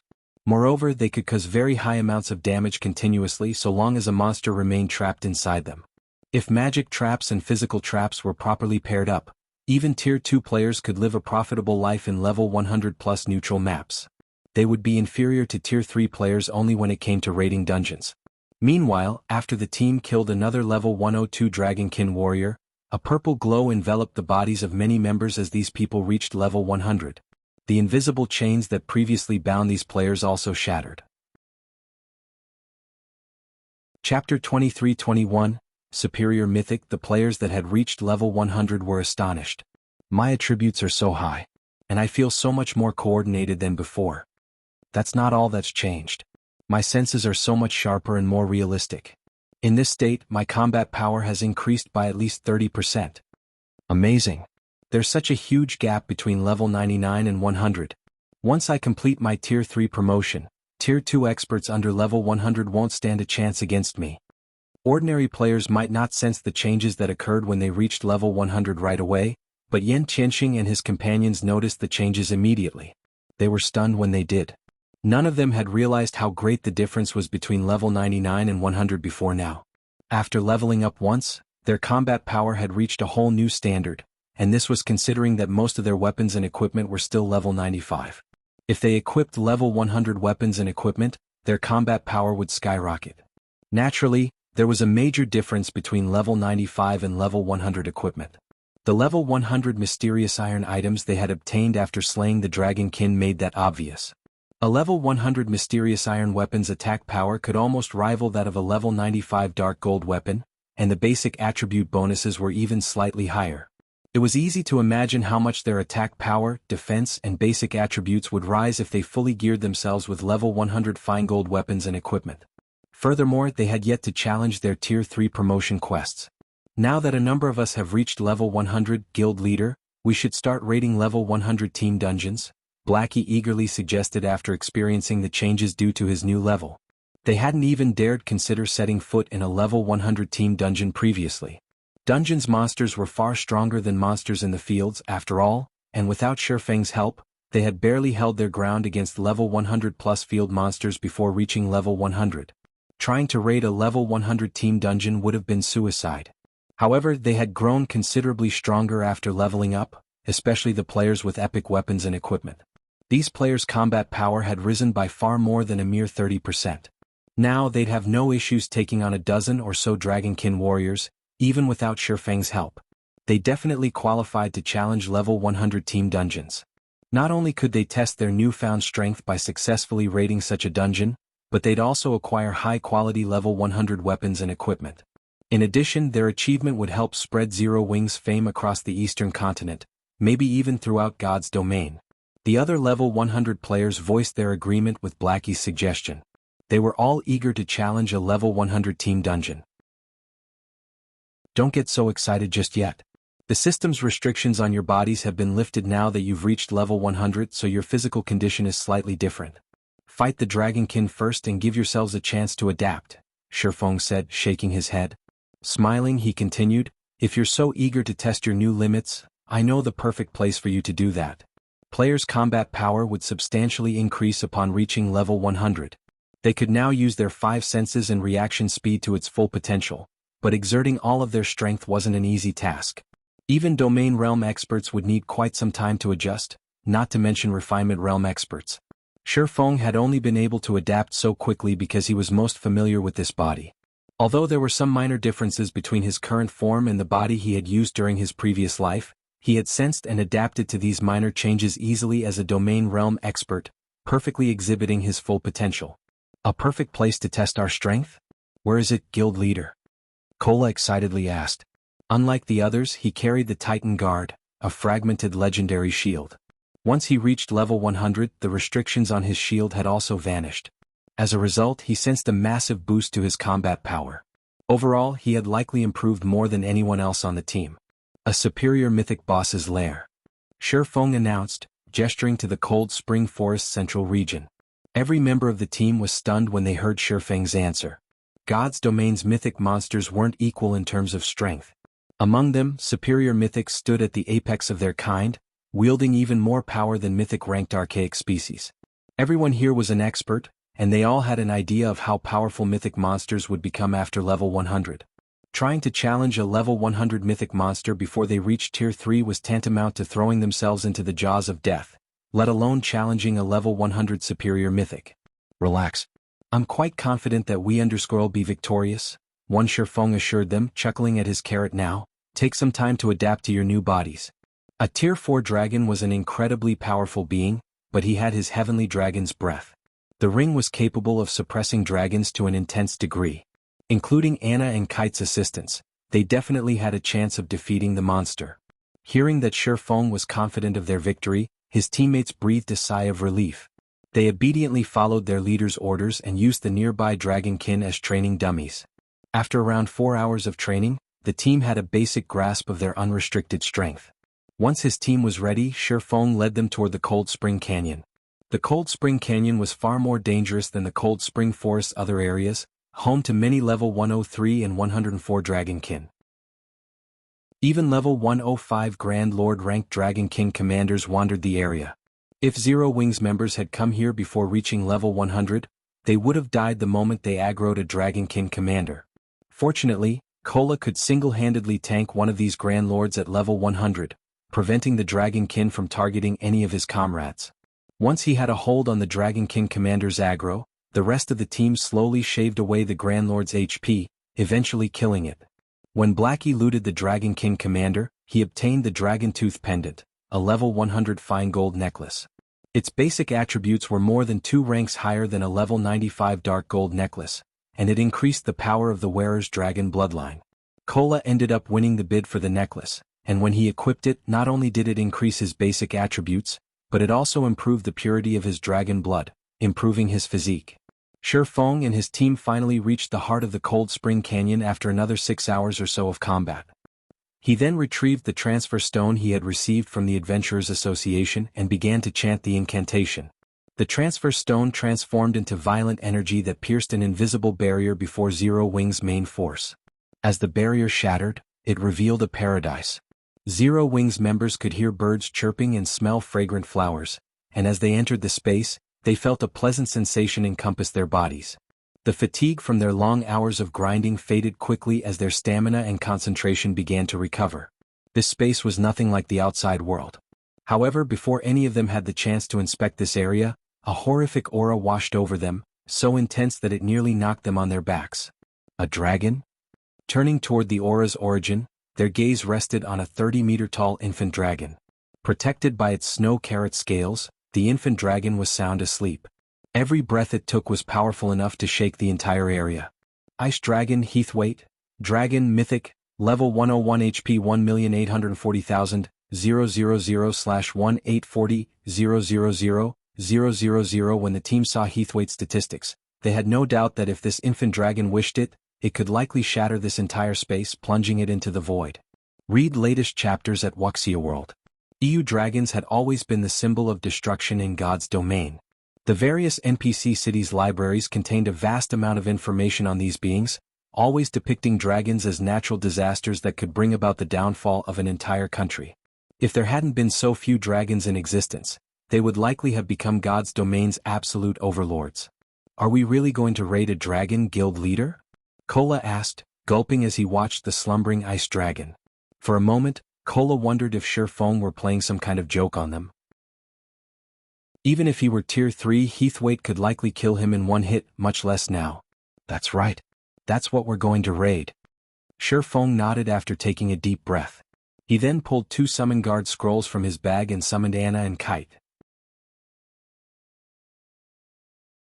Chapter 23-22, Draconic Spell. Heathwaite was a tier 4 dragon, and normally Shifeng would have tried to stay as far away from it as possible. Heathwaite might merely be an infant dragon, but it still stood at the peak among tier 4 beings.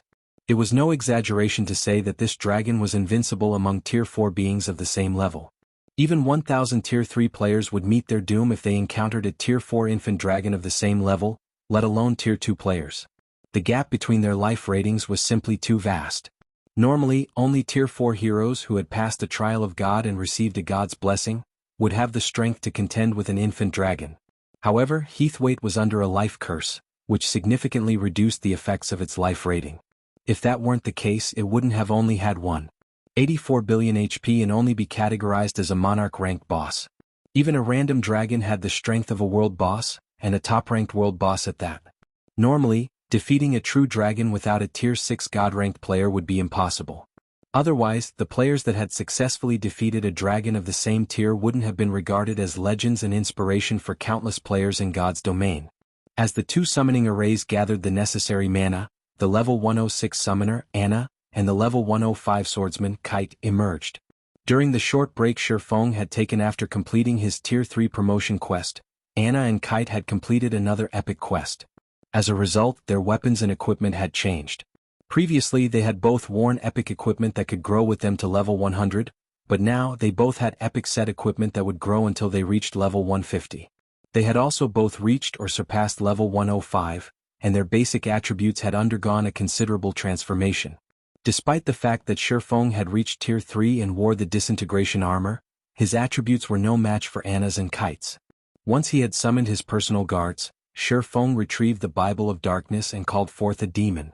Shifeng's Bible of Darkness was the real deal, so its power was unmatched. Moreover, as its user rose to a new tier, the Bible of Darkness would exhibit even greater strength. After a moment, a 20-meter-tall demon gate appeared before Shifeng. As the demon gate slowly opened, a tier 4 great demon, enveloped in blue flame, stepped through. Blaze Demon, Dark Creature, Great Demon, level 116 HP 420, 000, 000/420, 000, 0000 Wings. Main force members gasped when they saw the Blaze Demon. They then turned to stare at Shifeng with incredulous looks. You're too vicious, guild leader. You can actually summon a great demon to do your bidding? The various superpowers would likely go crazy if they knew about this, Blackie said as he glanced at the Bible of Darkness in Shifeng's hands. Blackie had seen the Bible of Darkness before, so he knew just how powerful it was. Its ability to summon tier 3 demons was particularly useful to tier 2 players. A tier 3 demon would even be useful after players reached tier 3. Such demons had many skills and spells and were far more powerful than ordinary tier 3 summoned creatures. However, Blackie hadn't dreamed that the Bible of Darkness could summon a tier 4 great demon once Shifeng had reached tier 3. This power was ridiculous. Tier 4 summoning scrolls were even rarer than epic weapons and equipment, and the various superpowers treated such items like priceless treasures, avoiding using them unless absolutely necessary. And yet, Shifeng could summon a tier 4 great demon with the Bible of Darkness at no cost. Although a great demon had far less HP than ordinary mythic monsters of the same level, its combat power would be far greater than ordinary mythic monsters. Alright, everyone, get ready. The Blaze Demon will tank the Ice Dragon later during the raid. You guys only need to support and attack from the sidelines, Shifeng announced, chuckling as he returned the Bible of Darkness to his bag. The Spirit Emperor, Fantasy Extinguisher, had caused a sensation throughout God's domain during Shifeng's previous life due to the Bible of Darkness. With it, he had developed Fantasy Shrine from a first-rate guild into a superpower that could even suppress the Dragon Phoenix Pavilion in the Black Dragon Empire.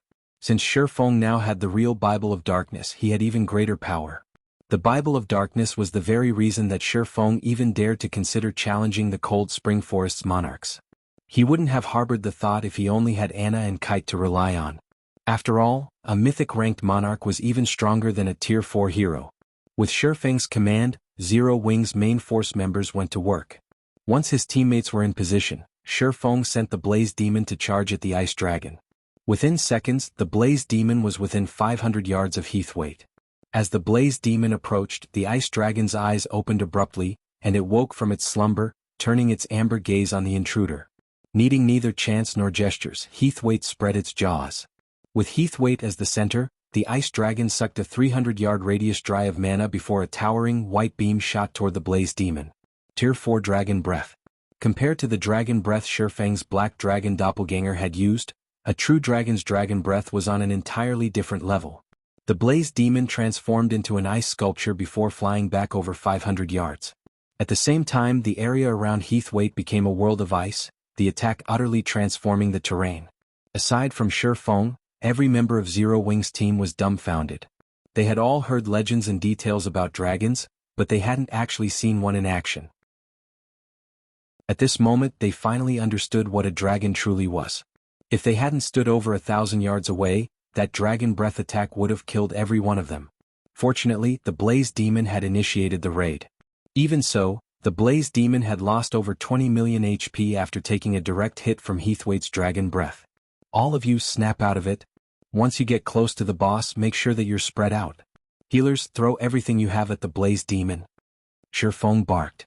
He couldn't help his sigh of relief as he watched the Blaze Demon break free from its icy prison, appearing mostly intact. If that Dragon Breath had heavily injured the Blaze Demon, this raid would be over. Neither Anna nor Kite could tank the Ice Dragon, and their combat power couldn't even compare to the level 116 Blaze Demons. They'd either die instantly or be heavily injured if they took a direct hit from a Tier 4 Dragon Breath. The Blaze Demon ran at Heathwaite again. Fortunately, Dragon Breath had a relatively long cooldown, and because of that, the Ice Dragon switched to using its claws to attack the incoming demon. The Blaze Demon proved to be no match for Heathwaite. Each time it blocked an attack, it lost over 8 million HP. Although the Blaze Demon launched a counterattack from time to time, its Tier 4 spells only dealt a few million damage. The two creatures' strengths were on completely different levels. Shurfang only activated Miniature World and Ring of Brilliance to suppress the Ice Dragon and enhance his allies' combat power once the Blaze Demon had secured Heathwaite's aggro. Unfortunately, Miniature World was barely effective against the Infant Dragon. However, Heavenly Dragon's Breath's Dragon Domination was fully effective, reducing the dragon's basic attributes by 20%. Once Heathwaite's basic attributes had been suppressed, Zero Wing's healers were barely able to keep up with the damage the Ice Dragon dealt to the Blaze Demon. Shurfang also used Life Domain to restore the Blaze Demon's HP to full on occasion. For a time, the Ice Dragon was helpless against the Summoned Demon, during which Heathwaite's HP continued to decrease under Zero Wing's bombardment. 95%, 90%, 85%. However, Heathwaite was not an easy opponent, and it turned its Dragon Breath on a random target from time to time. The players who had failed to dodge the attack had become ice sculptures, losing all of their HP in the blink of an eye. Dragon Breath had even slain Turtledove, despite her active life-saving skill. As Heathwaite's HP continued to fall, the intervals between each Dragon Breath grew shorter. By the time Heathwaite's HP reached 30%, only a little over half of the team remained standing. Despicable ants. I'll burn you to ash. Heathwaite bellowed before chanting an incantation. A threefold magic array with a 500-yard radius then appeared above the Ice Dragon, plundering all of the mana within a 1,000-yard radius. Tier 4 Draconic spell Meteorite Fall. Suddenly, a colossal meteorite which blocked out the sun, descended from the magic array, growing larger as it emerged. When Zero Wing's survivors saw this, they began to despair. A Tier 4 Draconic spell. Even Shurfang's expression darkened at the unexpected sight. How is this possible? Read latest chapters at Wuxia World. EU Draconic spells were some of the most primitive spells in God's domain, beginning at Tier 4. Even dragons rarely possessed Draconic spells of the same tier. Meanwhile, a Draconic spell was even more powerful than a large-scale destruction spell, capable of rivaling the gods' divine arts. A single blow from such a spell could annihilate tens of thousands of creatures. Not even invulnerability spells could stop their devastation. Anna summoned the Valkyrie. Shurfang shouted. Not even he had a countermeasure for a Tier 4 Draconic spell. Anna's Valkyrie was his only hope. Anna immediately began to chant her angel summoning incantation. Chapter 23:23, Valkyrie vs. Dragon. Anna finished the angel summoning incantation in 2 seconds, and the moment she did, a gigantic magic array appeared above her, no smaller than Heathwaite's meteorite fall. A Valkyrie with 3 sets of pure white wings then emerged, landing before Anna. A tier 4 higher Valkyrie? When he saw the upgraded version, Shifeng was stunned. Angel summoning was Anna's legacy skill, and Shifeng had always treated it as his final trump card since the skill allowed Anna to summon a Valkyrie that was 2 tiers higher than her. When Anna had been a tier 2 personal guard, she had been able to summon a tier 4 Valkyrie. Now that Anna had reached tier 3, she should logically be able to summon a tier 5 Valkyrie. With such a powerful ally, Zero Wings' remaining team should have no problem suppressing a tier 4 infant dragon. However, Anna's Valkyrie was still only tier 4. The only difference between the previous Valkyrie and this one was the extra set of wings. Angel's wings represented their status. An angel with 3 sets of wings was considered a higher Carrot with 4 sets were considered archangels. In terms of life rating, archangels rivaled dragons while higher angels were slightly weaker. But before Shifeng had any time to ponder the matter, the meteorite above them had nearly completed. Block it. Shifeng couldn't care less about the Valkyrie's status at the moment. He immediately commanded Anna to send her Valkyrie to stop Heathwaite's meteorite fall. The higher Valkyrie began to chant an incantation as soon as Shifeng gave the command. The higher Valkyrie's incantation was unique. Rather than draw mana from her environment, it drew on a primitive form of mana from the void. In less than a second, a dazzling golden spear of thunder manifested in the Valkyrie's hands. An origin spell. Shifeng was ecstatic to see the spear of thunder form from the void's mana in the Valkyrie's hands. Origin spells were the most primitive form of magic in God's domain. They were the root of all spells, capable of rivaling divine arts. However, humanity had lost track of origin spells due to repeated wars between the gods. Shifeng had never expected the higher Valkyrie to use such magic. Before Shifeng could get over his excitement, the giant meteorite, so large that it covered the sky and so heavy that it shattered space around it, began to descend. It looked as if Armageddon had begun for a moment, and Zero Wings members fell further into despair. As the meteorite began to fall, the higher Valkyrie finished her incantation. She then threw her spear at the meteorite. Soundlessly, the thunder spear transformed into a streak of golden light as it struck the incoming meteorite. Boom! The moment the two attacks met, the impact caused a powerful explosion. The resulting shockwave was so powerful that it nearly lifted the players below off their feet. The gigantic meteorite disintegrated into countless, smaller meteors that rained down, creating craters as they struck the ground. Every meteorite was nearly as powerful as a Tier 4 large-scale destruction spell. Zero Wings members gaped as they watched the stones slam into the ground. Tier 2 and 3 players were little more than ants in a battle of this scale. If this battle had taken place in a city, rather than in this special space, the spell's residual effects alone would be more than enough to level half the city. After blocking Heathwaite's meteorite fall, the higher Valkyrie shifted her attention to the ice dragon itself. She formed another spear of golden electricity in her hands before vanishing. By the time Zero Wings players realized where she had gone, the Valkyrie had appeared before Heathwaite. Tier 4 Superior Instantaneous Movement. Not only did Superior Instantaneous Movement have more range than the normal spell, but there was also almost no delay between the caster's disappearance and reappearance. Moreover, the spell didn't affect the ambient mana, making it impossible for enemies to determine the caster's destination. When she appeared before Heathwaite, the higher Valkyrie thrust her spear at the ice dragon. The attack was so fast that not even Shifeng would have enough time to react. If that attack struck him, he'd die instantly. However, Heathwaite was a dragon and reacted instantly, countering the golden spear with a rage-filled claw strike.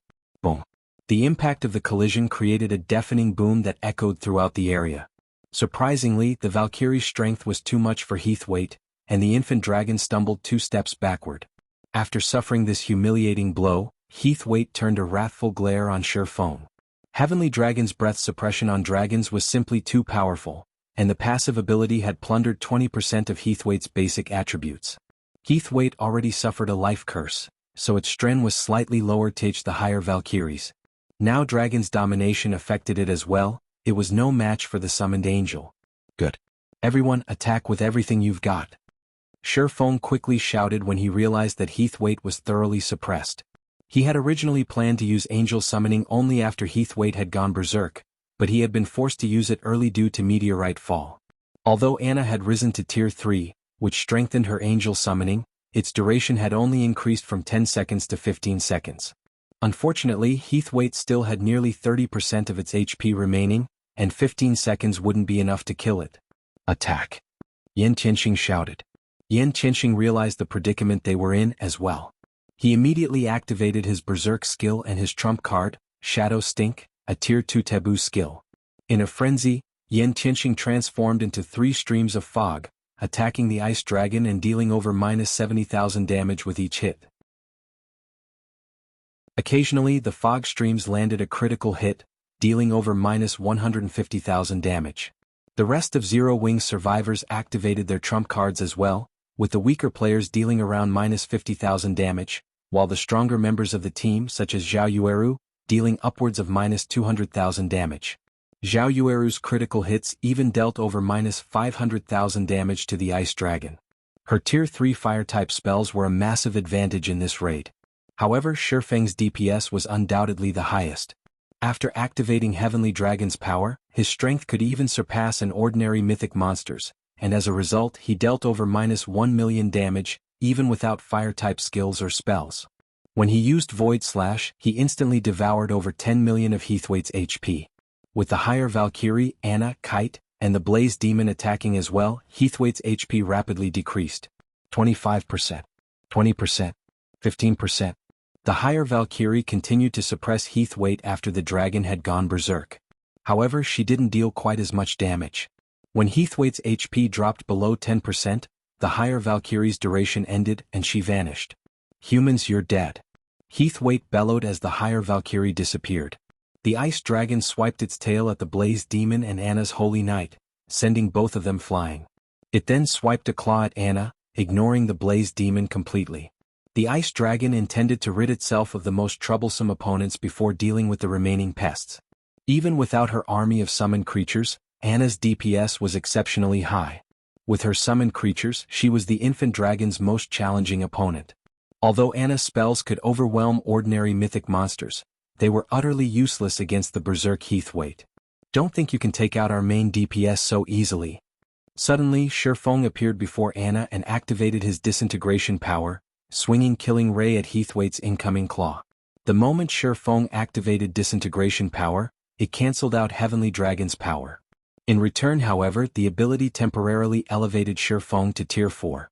Not only did he now wield Tier 4 strength, but his physique, reaction speed and skills had risen as well. Boom. When the attacks collided, Shifeng stumbled 3 steps backward due to the impact, losing more than 50,000 HP. He was still at a disadvantage, but he had successfully blocked Heathwaite's berserk attack. When that attack had failed, Heathwaite responded with another claw strike. This time, however, the ice dragon activated a skill in the process. Tier 4 skill Sky Splitter. 5 razor-sharp claws flew toward Anna from different directions, each with more power than the previous claw strike. As soon as Shifeng steadied himself, he executed Lightning Flash to counter the attacks. Executing the secret technique proved far easier after his forceful upgrade to Tier 4, and he sent 17 sword lights at the approaching claws. A series of explosions blew apart the ground around Shifeng, but even after all 5 attacks he had only stumbled back 3 steps. He also only lost around 200,000 HP. Even at Tier 3, Shifeng had over 1,700,000 HP, far less than he currently had.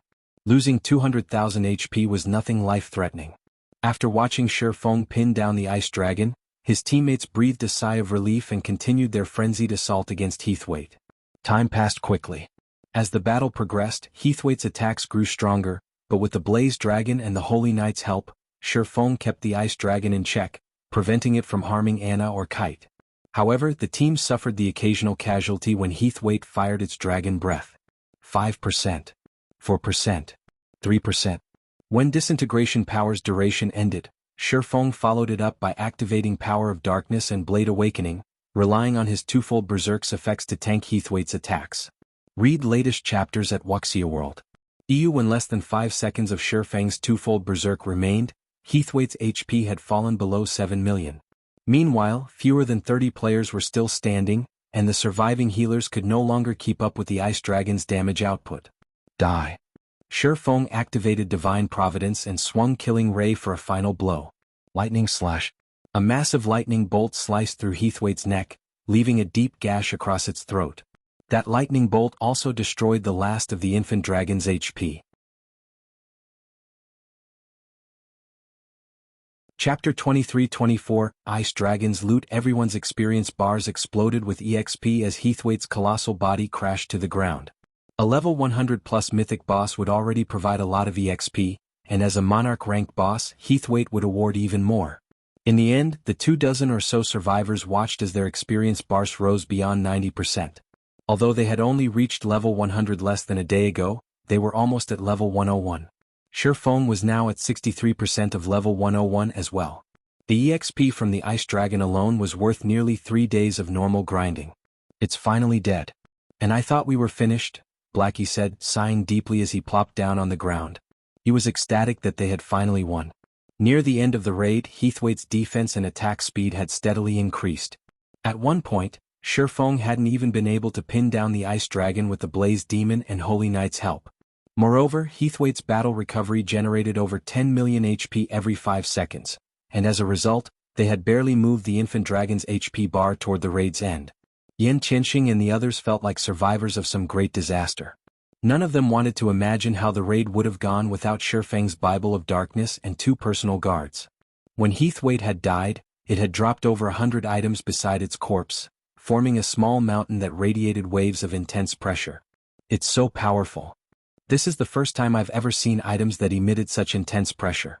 I wonder what kind of items dropped? Maybe there's a legendary item.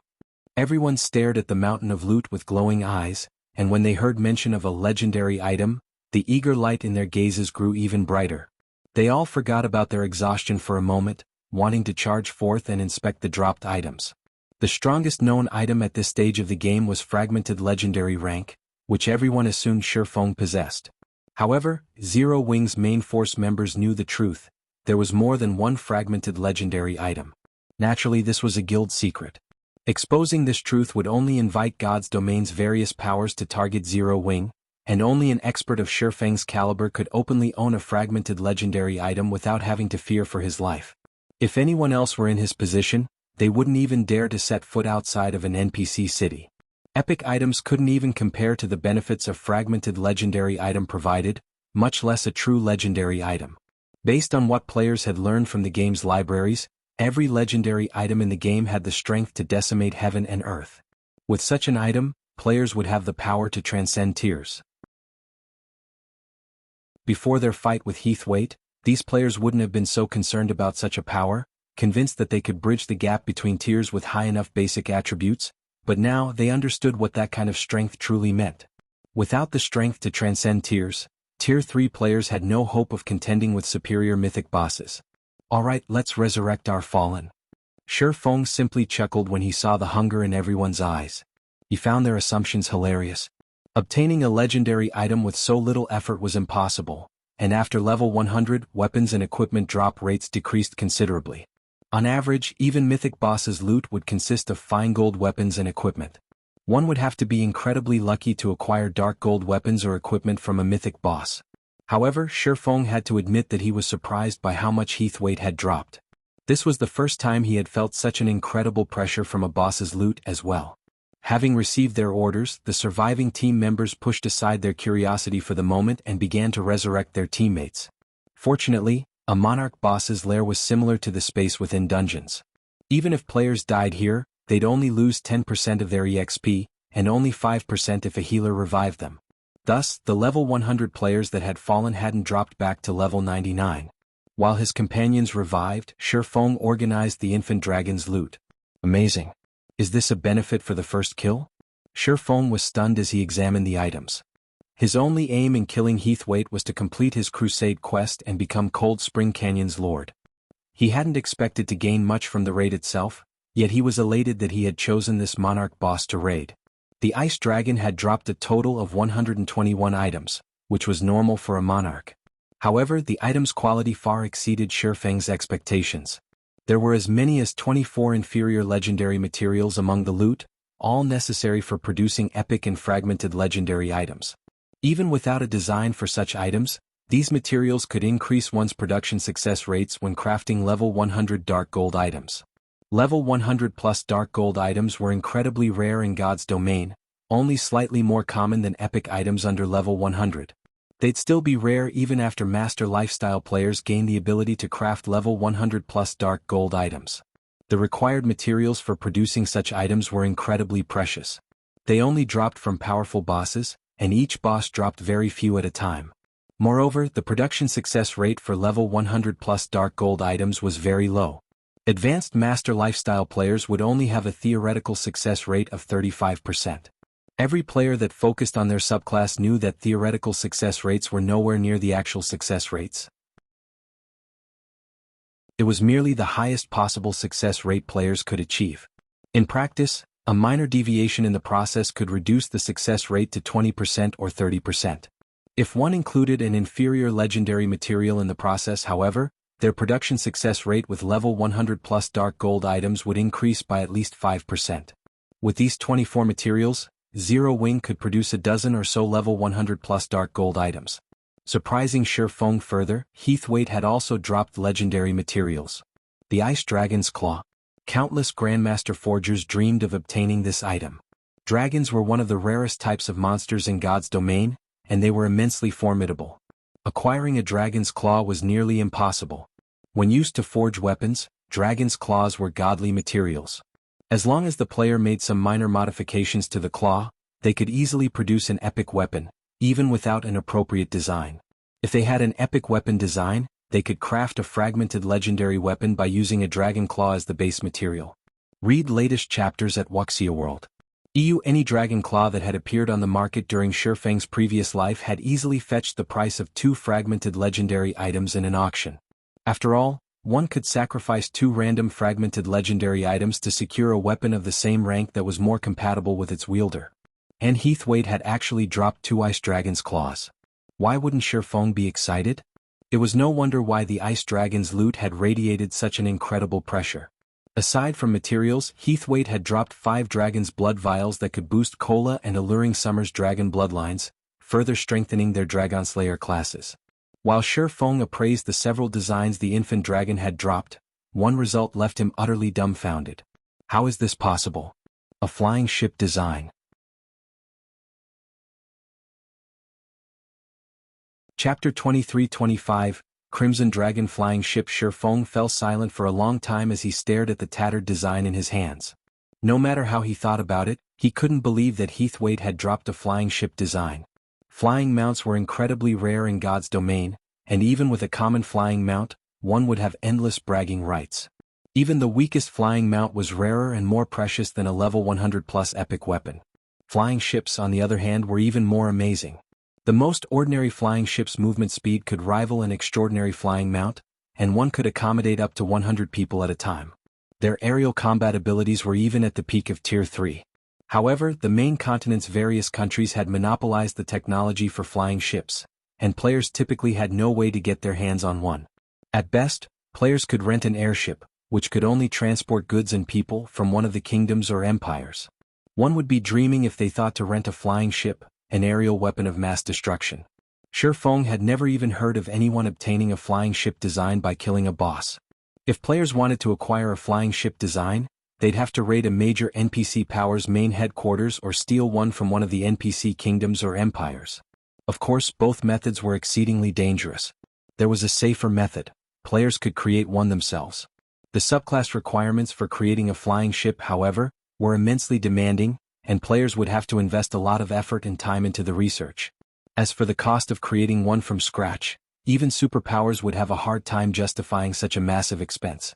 Most superpowers would rather purchase a completed flying ship. Purchasing a flying ship was much easier than purchasing a flying ship design. A guild could do so through the black market or by earning a sufficiently high status in an NPC country. Regardless of which method a player or power relied on, the price would be exorbitant. Furthermore, players could only purchase a very limited number of flying ships. As far as Shi Feng knew, the easiest way to buy a flying ship was to become a duke in a kingdom.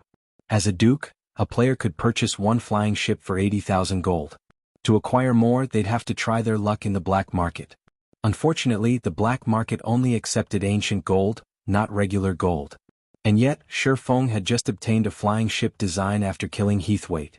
If the various powers of his previous life had known this, they would have slaughtered every ice dragon in God's domain. Unable to contain his excitement any longer, Shifeng clicked on the design to inspect its statistics. He wanted to know what rank this flying ship design was. Crimson Dragon Flying Ship Design can be used to construct a common flying ship with a maximum capacity of 100 people and peak Tier 3 combat power. The Crimson Dragon Flying Ship carries 8 magic cannons and 1 magic crystal cannon. Piloting the flying ship requires a minimum of 6 people. Producing the flying ship requires 1,000 Titan Silver, 10,000 Void Iron, 2,000 Mana Stones, and 100 Magic Elven Stones. Sure enough, it is the most common type. Shifeng inwardly sighed when he saw the statistics. If he had obtained a bronze flying ship design, he could have ruled over the entire Cold Spring Forest without any issues. Bronze flying ships had Tier 4 combat power after all, and would be a massive threat to Tier 3 players. Not even Shifeng would escape from a bronze flying ship's all-out assault with his life. A flying ship wasn't a monster.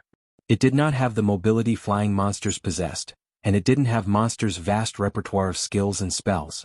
The so-called Tier 4 combat power didn't mean that the flying ship's overall combat power was limited to Tier 4. Rather, each of the flying ship's attacks had peak Tier 4 power.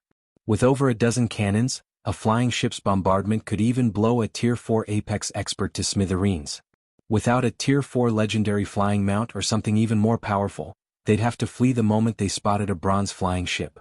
After giving the matter some thought, Shifeng realized that he was being too greedy. Superpowers struggled just to obtain a single common flying ship, let alone a bronze flying ship. 1,000 Titan Silver and 100 Magic Elven Stones. The production cost is vicious. The Crimson Dragon flying ship's necessary materials astonished Shifeng. Titan Silver was a rare byproduct that could be obtained from mining fine Titan Oregon. Thus far, Zero Wing had only compiled a little over 2,000 Titan Silver ingots. Magic Elven Stone was even rarer and more valuable. One could only obtain the super rare or from grade 2 or veins. It was just slightly more common than 7 Luminaries crystals.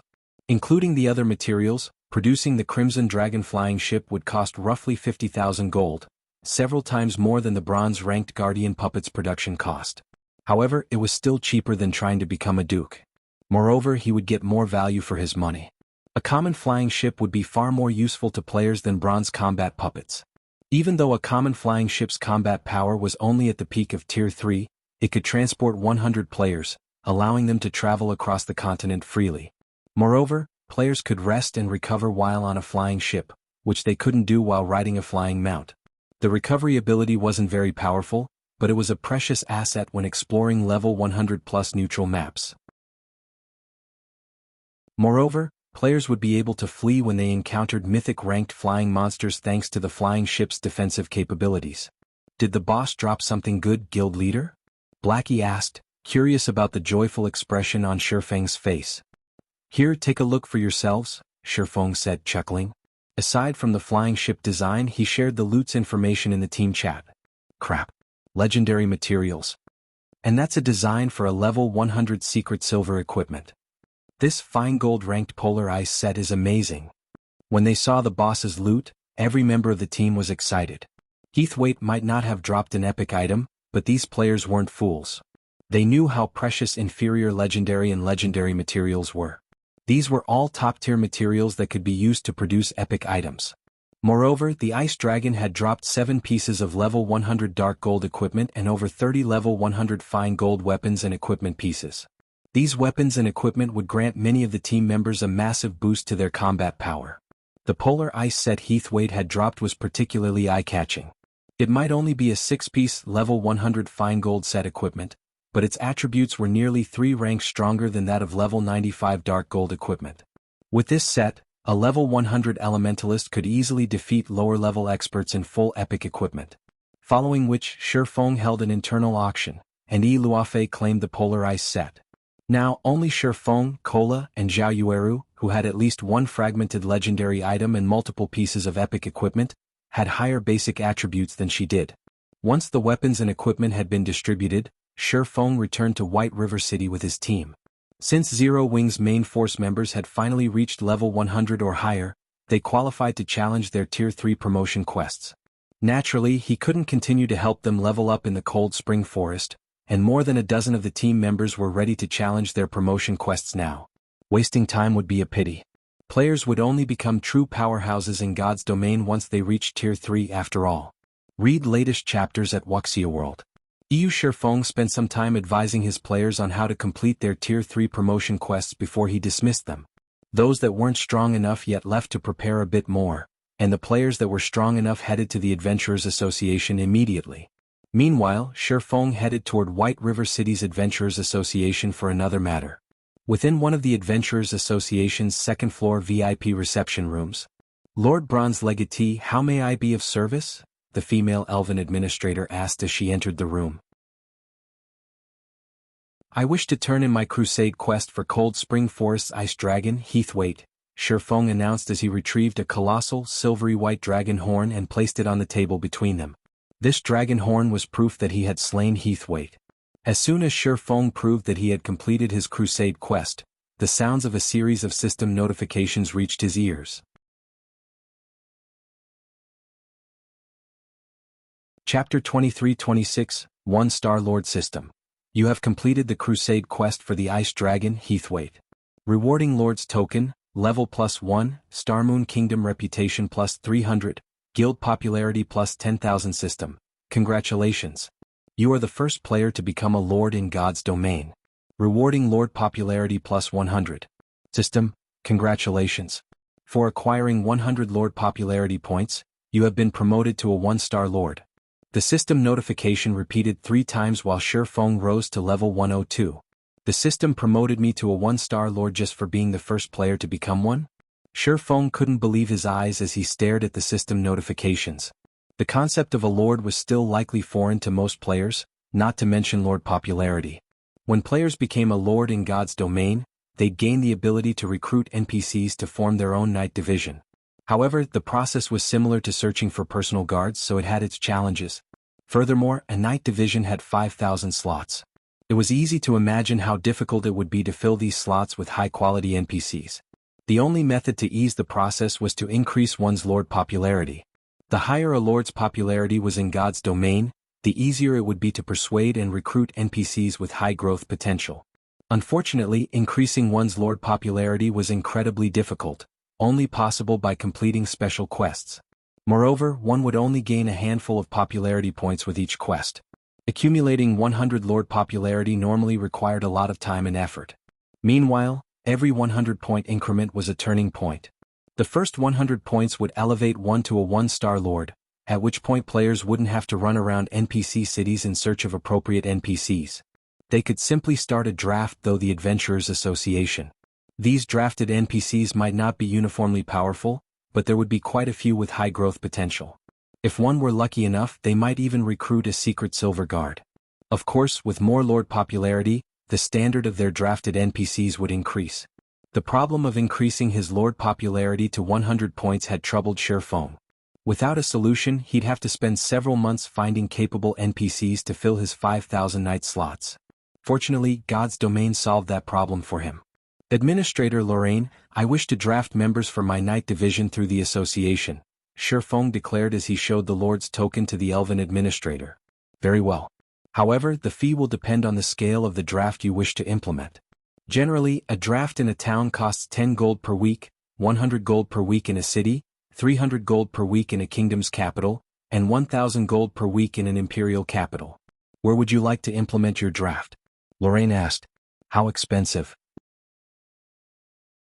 It's no wonder why the Adventurers Association is the 4th wealthiest power in God's domain. Shifeng was speechless after hearing the prices. Second and third-rate guilds had no hope of obtaining a lord's position in the past. The various superpowers and top-ranked first-rate guilds had monopolized this benefit. Hence, Shifeng hadn't actually known how much it would cost to implement a draft. He certainly hadn't expected it to cost this much to form a Knight Division. The results of a draft depended on one's luck. NPCs would not simply respond to a draft because the Adventurers Association had issued it. According to Shifeng's calculations, he would need to implement a draft in several hundred cities to recruit 5,000 knights with relatively high growth potential in a short time. I'd like to implement the draft in these countries' cities, Shifeng decided. After giving the matter some thought, he felt it would be best to recruit from cities in flourishing kingdoms and empires. In the end, he paid 44,500 gold to implement his draft in more than 400 cities. It was a large enough expenditure to put a first-rate guild's finances in the red. God's Domain's guilds were pushing their experts to reach level 100 right now, and as a result, it was only natural that their expenses would rise. Fortunately, Zero Wing had the Candlelight trading firm and multiple guild towns and cities to generate income. The guild earned just as much profit as an ordinary superpower. However, Zero Wing still needed to support its main headquarters in the real world and the Heaven's Rumble training center. The guild wasn't particularly wealthy at the moment. It seems I'll have to find ways to increase the guild's profits. With how much Zero Wing has right now, financing 5,000 knights is impossible. After paying for the drafting fee, Shi Feng mentally calculated how much he'd need to spend on his future knight division. A 5,000-man knight division would definitely be an amazing asset, but it would be expensive to maintain. Unlike the NPC soldiers one could recruit to defend guild towns and cities, knights weren't affiliated with a kingdom or empire. Rather, they were considered a lord's personal combat power. Hence, players would not receive subsidies from a kingdom or empire, relying on their own funds to pay their knights' salaries. Affording a knight division wasn't easy, and to make matters worse, each knight's salary would depend on the NPC's growth potential. Read latest chapters at Wuxia World. To hire and nurture a bronze-ranked Tier 2 knight, one would have to spend 50 gold per week. Multiplied by 5,000, a division of bronze Tier 2 knights would cost 250,000 gold per week. Moreover, this cost didn't include the price of weapons and equipment for these knights. For a moment, Shi Feng couldn't help but admire the first-rate guilds that had ruled their own territories in the past. Once he had taken care of the draft order, Shi Feng left the Adventurers Association and made his way to the Candlelight trading firm. He intended to start the Crimson Dragon flying ships production immediately. After reaching level 100, the various powers would prioritize their aerial development. Whoever controlled the sky would become an overlord in God's domain. Level 100+ maps were very far from civilization after all, and the ability to travel through the sky would give players a huge advantage when grinding for resources. Moreover, this advantage would become more prominent as time passed. If he wanted to bolster Zero Wing's development, he had to arm the guild with flying ships.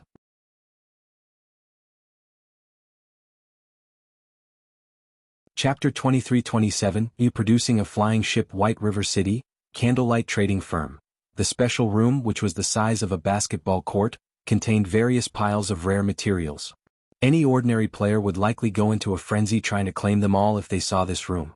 These materials were easily worth more than 15,000 gold altogether, and even though the value of coins had significantly depreciated by this stage of the game, that was still an astronomical amount of money to ordinary players. Converted into credits, it would be enough for the average citizen to live out the rest of their lives without worry about food or shelter. Here are the last of the materials you requested, Guild Leader, Melancholic Smile said as she handed 100 magic elven stones to Shi Feng. Shi Feng had basically asked for everything the Candlelight firm had in stock of the rare materials he needed, particularly the Titan Silver and Magic Elven Stone.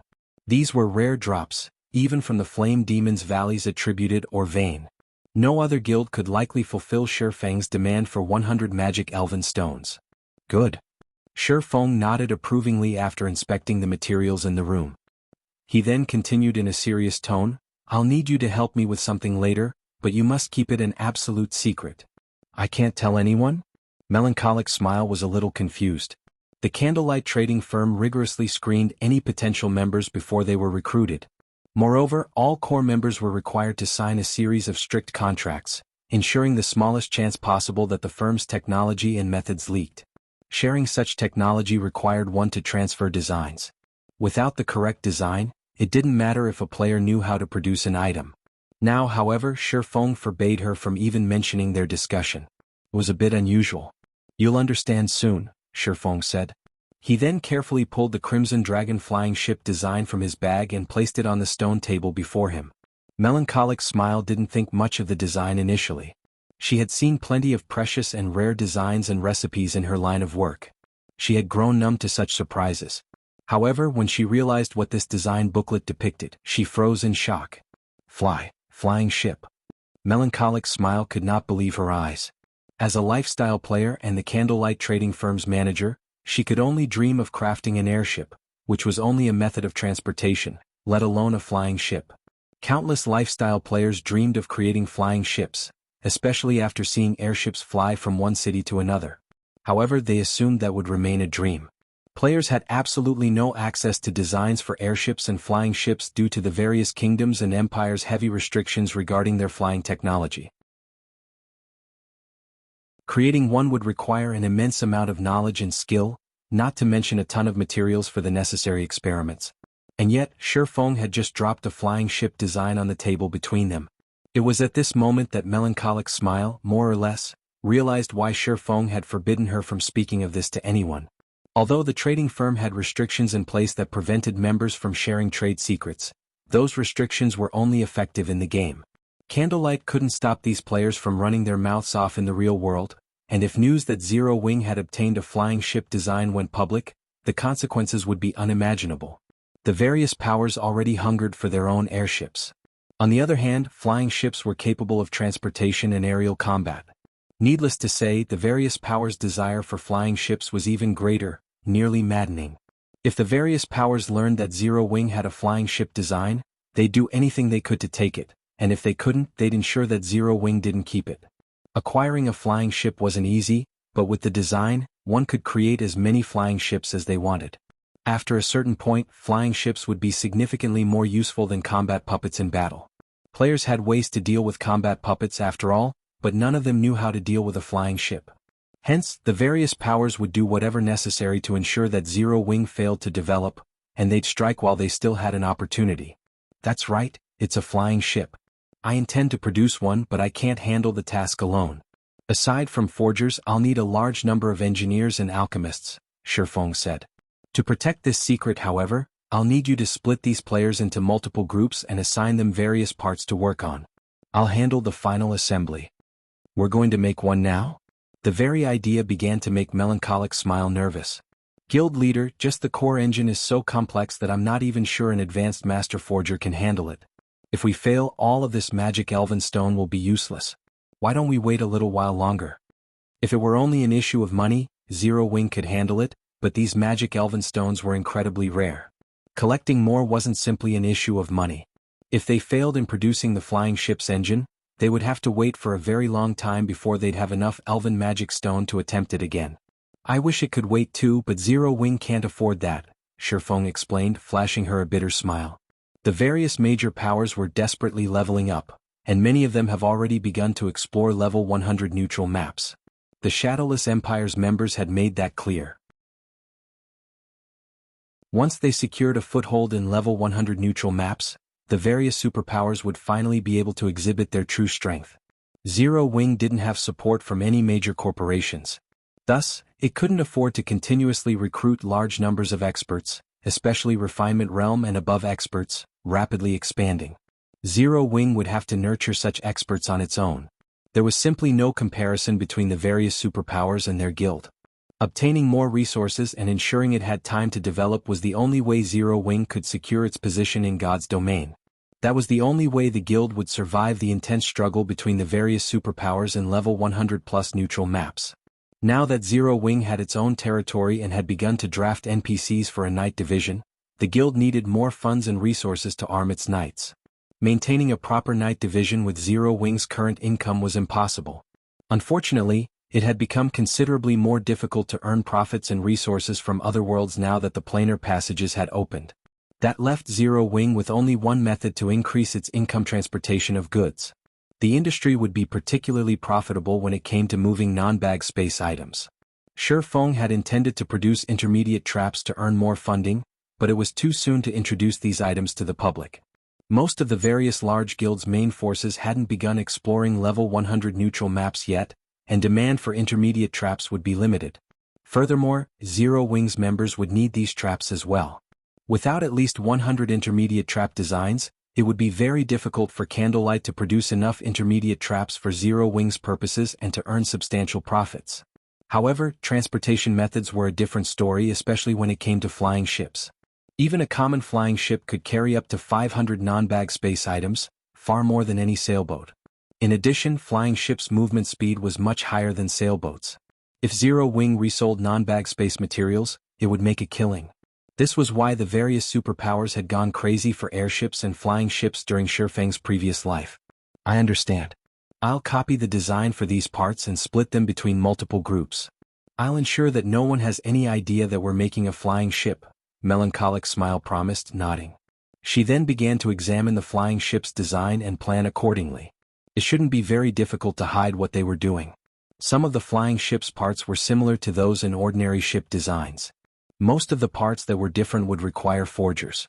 As long as Shifeng crafted those parts himself, they shouldn't have any issues keeping this a secret. Melancholic Smile then left to distribute the construction materials and designs among the Candlelight's master lifestyle players. None of these players suspected a thing when they received their orders. This wasn't a usual process after all, especially after Zero Wing had recently begun to craft bronze speedboats. Meanwhile, Shifeng turned his full attention to forging the flying ship's engine. After producing the Guardian puppets and Hell tanks, he was quite familiar with engine production. The Crimson Dragon flying ship's engine was simply a more complex version. Sure enough, this is beyond an ordinary advanced master forger. As Shifeng examined the engine's design, he could feel a headache begin to brew. Fortunately, his forging standard wasn't a problem.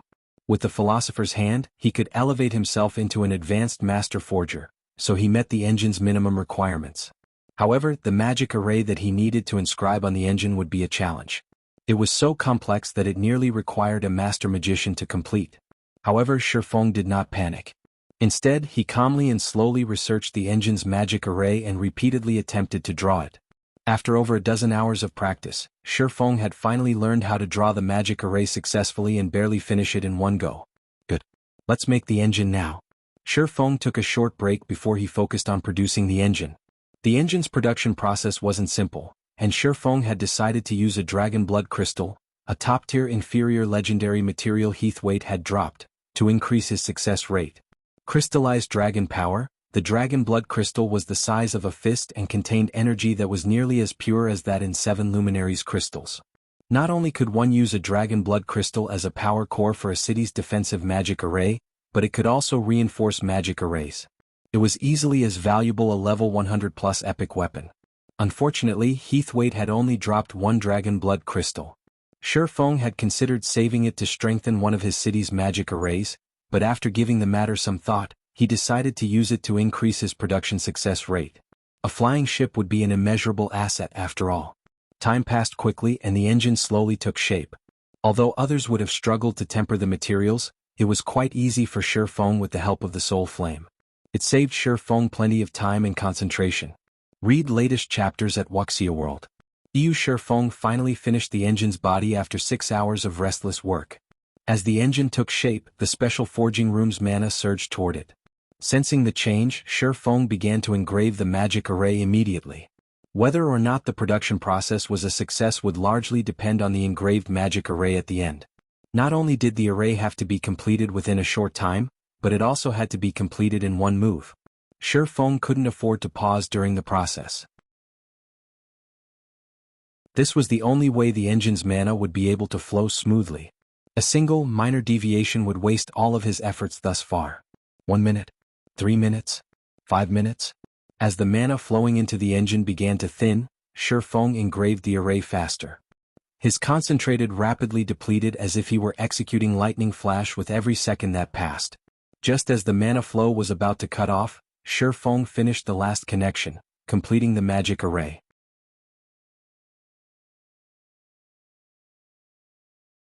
Chapter 23-28 Advanced Flying Ship. Did it succeed? As a storm of mana enveloped the engine, Shifeng began to grow nervous. The engine was the most difficult part of the flying ship to produce, but once it was complete, the remaining parts would be fairly easy to craft. The most troublesome aspect of the remaining parts was how much manpower they required to produce. Fortunately, with Candlelight's strength, the trading firm had the manpower to simultaneously construct the parts of 3 flying ships, let alone 1. The magic array engraved in the engine began to glow as the mana calmed down, actively gathering the mana into the engine. The engine consumed so much mana that the density in the room increased. Wonderful. It's a success. As Shifeng watched, his expression shifted to one of elation. This wasn't the first time he'd forged an engine, and if it had failed, he knew the stream of mana flowing into it would have been unstable. Now that this was done, he was practically guaranteed to produce a Crimson Dragon flying ship. Moreover, he hadn't expected the mana density in the room to rise to such an extent. The flying ship's engine drew in at least 3 times more than the bronze combat puppet's engine. An engine was the very heart of a machine and played a major role in determining the machine's strength. Following which, Shi Feng tapped on the engine to appraise it. System: Bronze flying ship engine has been forged successfully. Forging proficiency increased by 1,000 points. Obtained 40 million EXP. The dragon blood crystal's effects are so powerful? Shi Feng stared at the results with wide, bloodshot eyes. He had already been relieved that the production process had been a success, but he hadn't expected the dragon blood crystal to upgrade the engine's rank from common to bronze. Normally, bronze engines only powered bronze flying ships. An engine like this would definitely increase a common flying ship's rank. After all, common and bronze-ranked flying ships required roughly the same quality of materials. Their engines were the main factor that made a difference. Shi Feng immediately notified Melancholic Smile to hasten the remaining parts construction. After more than 20 hours, Candlelight's master lifestyle players finally produced all of the Crimson Dragon flying ship's various parts. However, Shi Feng didn't start the assembly process when Melancholic had delivered them. Rather, he used the 7 Luminaries Ring spatial gate to transport Melancholic Smile and himself to an open field within the White River City region. A flying ship was massive, much larger than a sailboat. The special forging room just didn't have enough space. Hence, Shi Feng needed an open location for the final assembly. Of course, to protect this guild secret, he decided to construct the flying ship in an empty, open plain. There was an extremely large number of parts to a flying ship.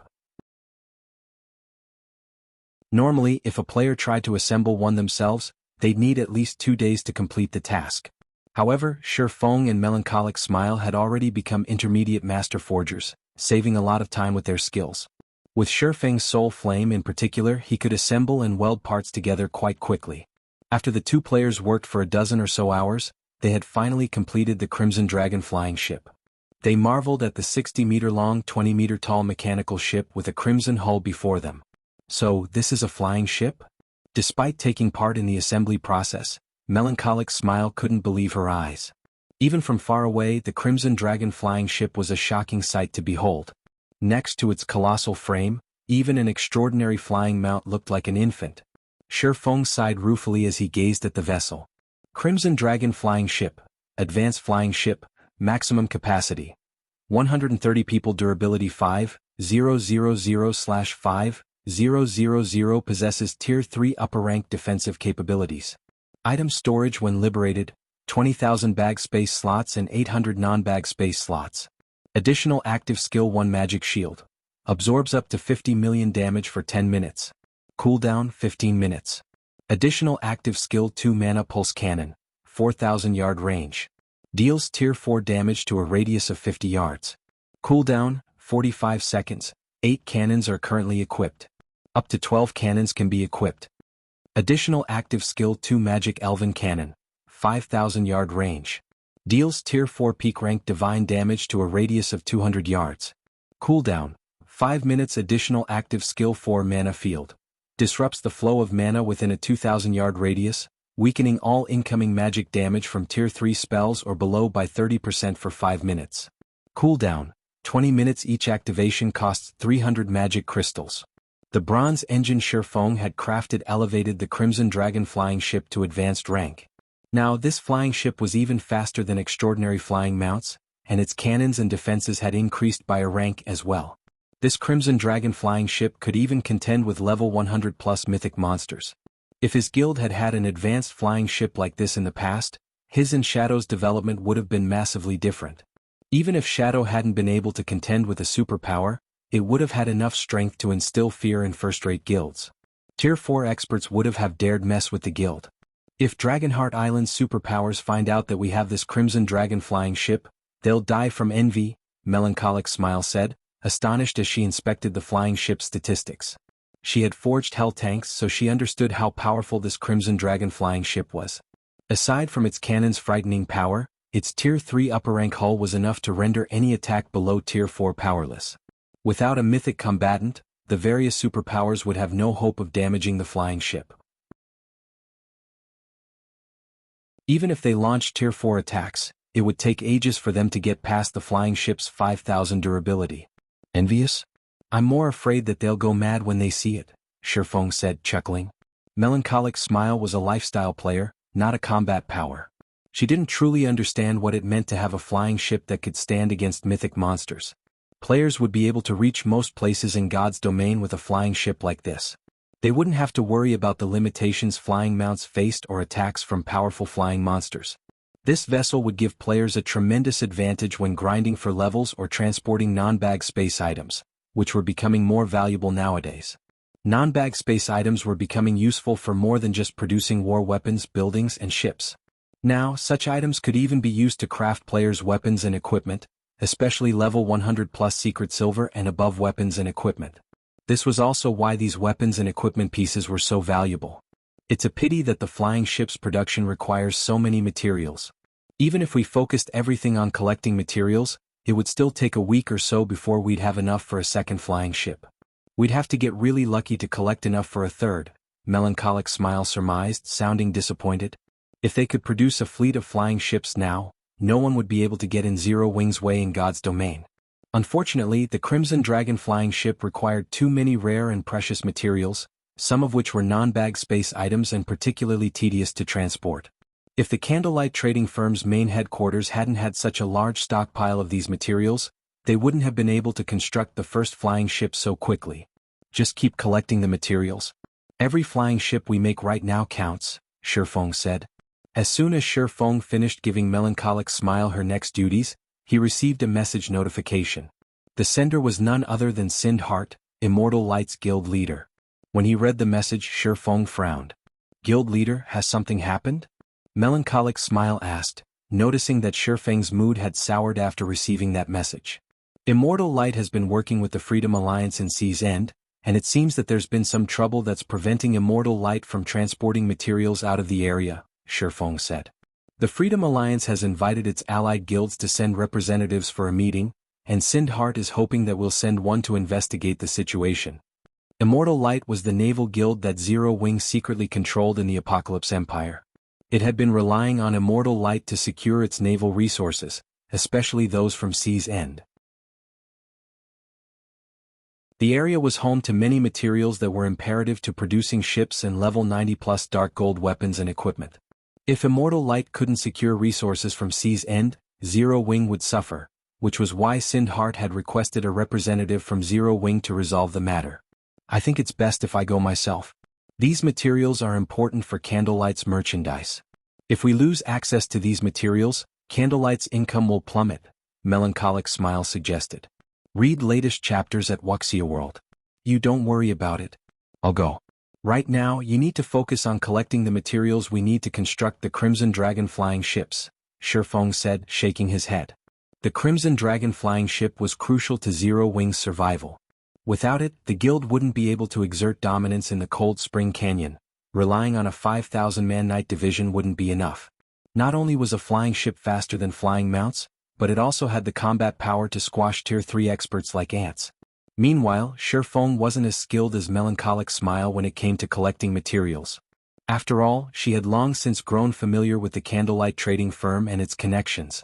I'll do that then, Melancholic Smile answered, nodding. As Zero Wing's guild leader, Shifeng would naturally be a stronger representative. Moreover, she didn't have the energy to manage the material collection while addressing the issues in Sea's End. Melancholic then used a return scroll to teleport back to White River City, while Shifeng stored the Crimson Dragon flying ship in his epic spatial bag and made his way toward the Apocalypse Empire.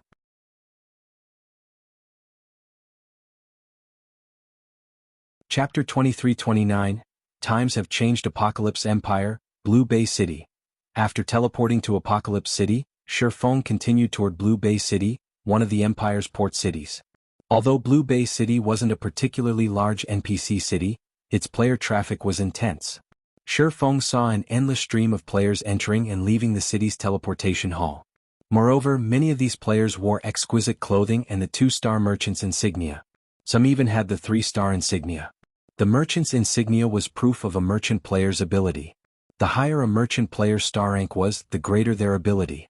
Normally, 3-star merchant players were supported by a large guild, and they possessed significant resources and sales connections. Hence, they were known as great merchants and were even rare in imperial capitals. And yet, Shifeng encountered quite a few great merchants in Blue Bay City. Based on the bland reactions to these merchant players, their presence in the city didn't seem to be unusual. So many great merchants gathered in Blue Bay City because it was a trading port. Countless players came into port each day with resources from the various neutral powers out at sea, which allowed the merchant players in the area to earn huge profits. This city's development speed is amazing. I doubt it'll be long before Blue Bay City is promoted to a large-scale city and gains a Tier 4 NPC Magistrate Manager. As he watched the various horse and transport carriages rolling down the streets, Shifeng had to admit that Sindhart had impressed him. When Sindhart had wanted to move Immortal Light to a new city, Shifeng had suggested that he develop near the sea. The various first-rate guilds hadn't been paying much attention to the ocean at that time after all.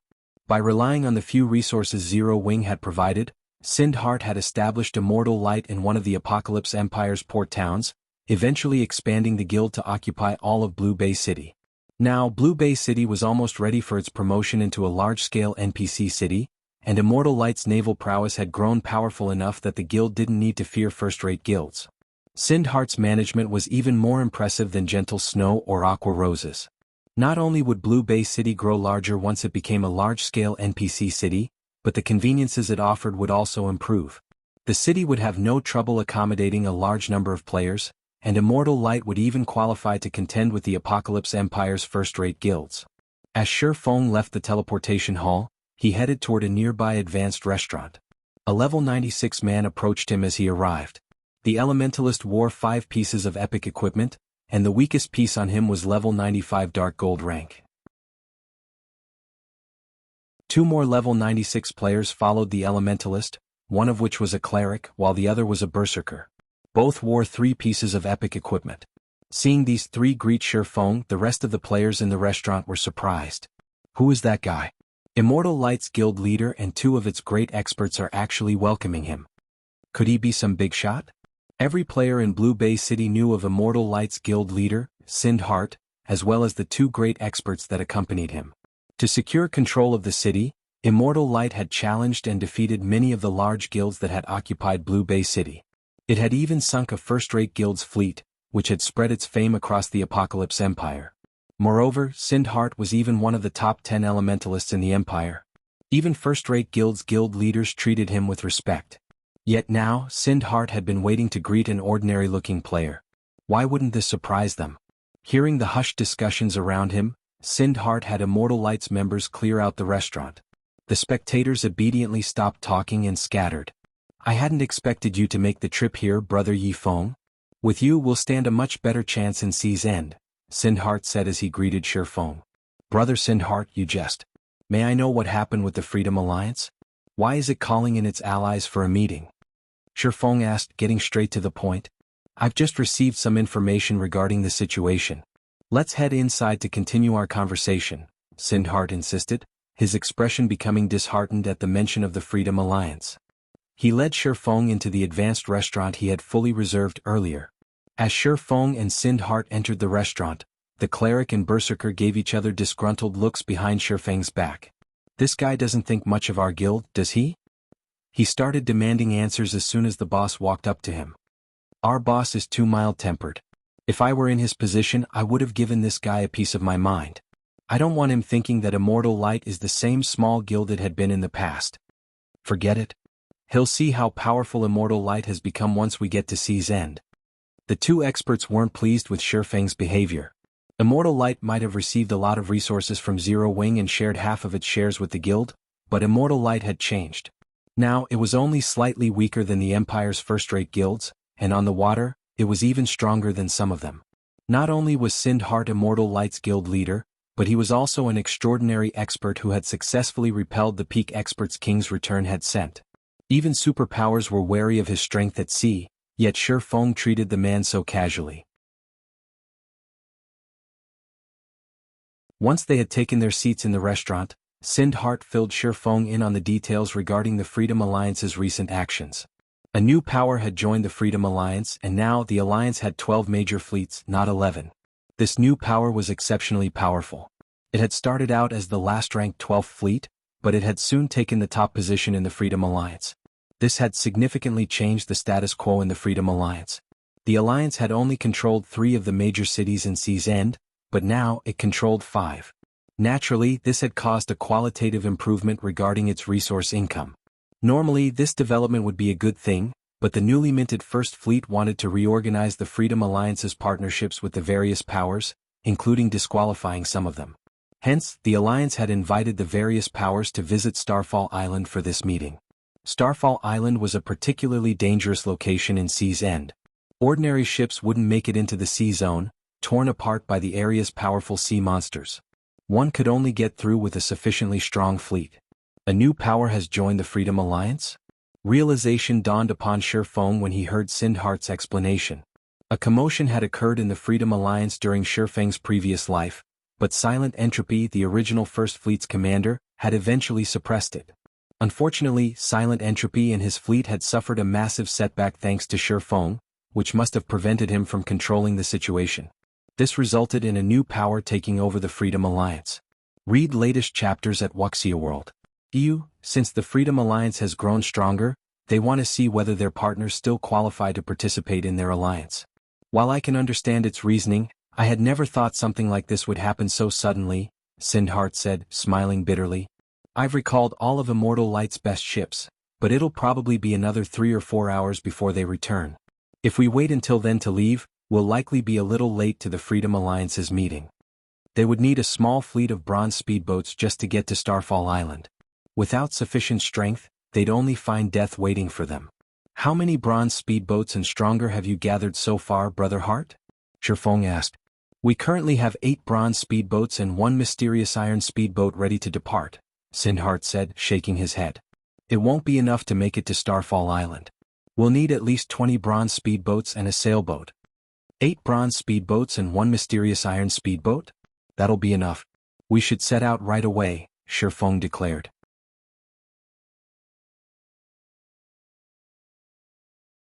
Chapter 2330, Mysterious Iron Sailboat, There enough? Sindhart gave Shifeng a confused look. Normally, a small fleet of 8 bronze speedboats and a mysterious iron speedboat would be a formidable force, but they needed to reach Starfall Island. Starfall Island served as a transit point for players who wanted to explore level 100+ sea zones. Every sea monster near the island was level 95 or higher, and their population density was terrifying. One could even encounter mythic-ranked king-class sea monsters in the area. Without a sufficiently powerful fleet, their journey to Starfall Island would be a one-way trip. I've brought a sailboat with me. With it, we should have enough combat power, Shifeng tried to reassure Sindhart when he saw the man's worried expression. He then took out the crystalline bottle housing the storm sailboat from his bag. A mysterious iron sailboat? Sindhart's eyes nearly fell out of their sockets when he saw the storm sailboat. Sindhart had long since known that Zero Wing possessed superb naval power. The guild had both the secret silver-ranked Swift Dragon speedboat and bronzed-ranked One-Horn sailboat after all. Even now, there were only 2 known secret silver speedboats throughout the Apocalypse Empire, Pantheons and Zero Wings. Although a secret silver speedboat was only 1 rank higher than a mysterious iron speedboat, the difference between the 2 boats' combat power was like the difference between heaven and earth.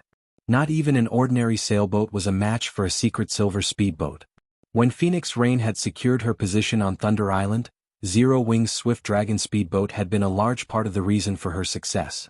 Moreover, the Freedom Alliance's Passing Monarch had relied on the Swift Dragon and One-Horn speedboats to secure the best territories the Freedom Alliance occupied.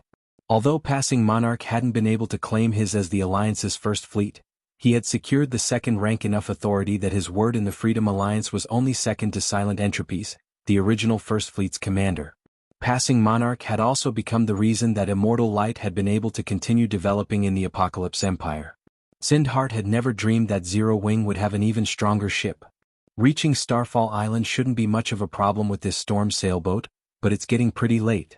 We should head out, Shifeng said as he stored the repaired storm sailboat. This is wonderful. We'll have a much better chance of securing our position now. Sindhart exclaimed, brimming with confidence. Setting aside Zero Wing's strength as a pseudo-superpower and the relationship between Passing Monarch and Shifeng, the storm sailboat would be more than enough to ensure Immortal Light retains its position as one of the Freedom Alliance's partners. In fact, It might even help improve relations between Immortal Light and the Freedom Alliance. Sindhart gathered his men immediately, and they teleported to Sea's End's Blue Jade City with sure phone. Once they arrived, they'd set sail toward Starfall Island's sea zone. Sea's End, Starfall Island. As a transit hub for players traveling to level 100+ sea zones, the island wasn't very populated right now. However, due to the Freedom Alliance's invitation, any power that wanted to remain a member of the Alliance had no choice but to brave the dangerous journey to the island. As a result, a large number of speedboats and sailboats filled Starfall Island's port. The weakest speedboat at the dock was bronze rank, and quite a few of them were mysterious iron rank. Even naval superpowers would be stunned by the grand sight. I wonder what stunt the Freedom Alliance is trying to pull this time? They called us all the way out here. It's likely that they're trying to determine whether or not we're strong enough to get this far. Ordinary powers have no hope of reaching this sea zone. We lost a considerable amount of durability just from the fights with the sea monsters on the way here. That's right. I came with a fleet of 20 bronze speedboats and 1 sailboat. If my fleet had been any weaker, I wouldn't have made it here. As the various powers' representatives discussed their journey to Starfall Island, they couldn't help but frown. They all had questions regarding the Freedom Alliance's invitation to such a dangerous place, and none of them knew what the Alliance intended. They could not figure out what the Freedom Alliance was trying to do. It should be known that the Freedom Alliance was a giant in Sea's End, and any power it allied itself with was formidable at sea. Otherwise, they couldn't guarantee the cargo's safety as they transported it across the sea, earning a stable income of resources and coins. I wonder how the Freedom Alliance intends to choose which partnerships it will maintain? The Alliance is nearly as powerful as the House of Seas and controls 5 of Sea's End's major cities. Even naval superpowers in other locations are afraid of the Freedom Alliance at this point. I assume they'll base their decisions on each power's strength and connections. Take Immortal Light, for example. As a second-rate guild, it doesn't qualify to partner with the Freedom Alliance, but because of its close relationship with Passing Monarch, the Third Fleet's commander, it can collect resources that not even first-rate guilds like ours can reach. Indeed. Immortal Light should be responsible for as much as 10% of the Freedom Alliance's resources. Even naval superpowers are envious. However, based on my information, Zero Wing stands behind Immortal Light. The guild is a large part of the reason that Passing Monarch had risen to his current position. It is only natural that Immortal Light has been assigned better resources than other powers. As the various representatives chatted about Immortal Light, envy flashed in their eyes. There were over 30 powers cooperating with the Freedom Alliance, yet Immortal Light claimed 10% of the Freedom Alliance's resources. Immortal Light's luck will run out soon. I'm sure the Freedom Alliance intends to redistribute its resources during this meeting, and not even Silent Entropy has as much authority in the Alliance as he used to, much less Passing Monarch. I agree. Based on what insider information I've received, not only has the Freedom Alliance invited major powers like ours to this meeting, but it's also invited Giant's Heart from the Sea God's realm. Giant's Heart? You mean the guild that stole the Flare Fortress from the Pride Empire in the Fire Dragon Empire? The very same. Is there another Giant's Heart I don't know about? When the various representatives heard mention of Giant's Heart, their expressions darkened. They had never thought the superpower from the Sea God's realm would try to claim a piece of the pie. Ordinary players might not have heard of Giant's Heart, but the various major powers that paid constant attention to the shifts of power within God's domain would be quite familiar with the name by now. The superpower had successfully stolen a fortress from the Pride Empire, a super guild. With that move, Giant's Heart had proven that it was powerful enough to shake the various superpowers on the main continent. If Giant's Heart intervened in the Freedom Alliance's matters, it was almost certain to claim a large fraction of the Alliance's resources. Meanwhile, while the various major powers' representatives conversed, another fleet approached Starfall Island. Once they noticed the fleet, these representatives gaped, shocked. This fleet consisted of 60+ bronze speedboats, 11 mysterious iron speedboats and 5 sailboats, 2 of which were bronze rank. This fleet was easily several times stronger than the various powers, and every ship bore the Giant's Heart Guild emblem on its sails. As these ships docked, over 1,000 players disembarked. Every one of these players was level 96 or above, with many at level 97. The weakest piece of equipment on these players was level 95 Feingold rank, and over a dozen of them wore level 95 Feingold set equipment. As for the several players leading the group wore a minimum of 5 pieces of epic equipment. As these players walked through the port, the various major powers members unconsciously stepped aside to open a path. Amazing. Too amazing. So, this is Giant's Heart? Read latest chapters at Wuxia World. Even if Zero Wing makes a personal appearance, Immortal Light will get nothing but the Freedom Alliance's scraps. These representatives couldn't help but admire the strength of Giant's Heart's fleet and members. Shortly after Giant's Heart's fleet docked, more ships appeared on the horizon. A sailboat, which was much larger than bronze sailboats and required 3 mainsails, led this small fleet. A faint layer of mana enveloped the entire sailboat. What is that? That sailboat is actually protected by a magic barrier. Wait, that's a mysterious iron sailboat.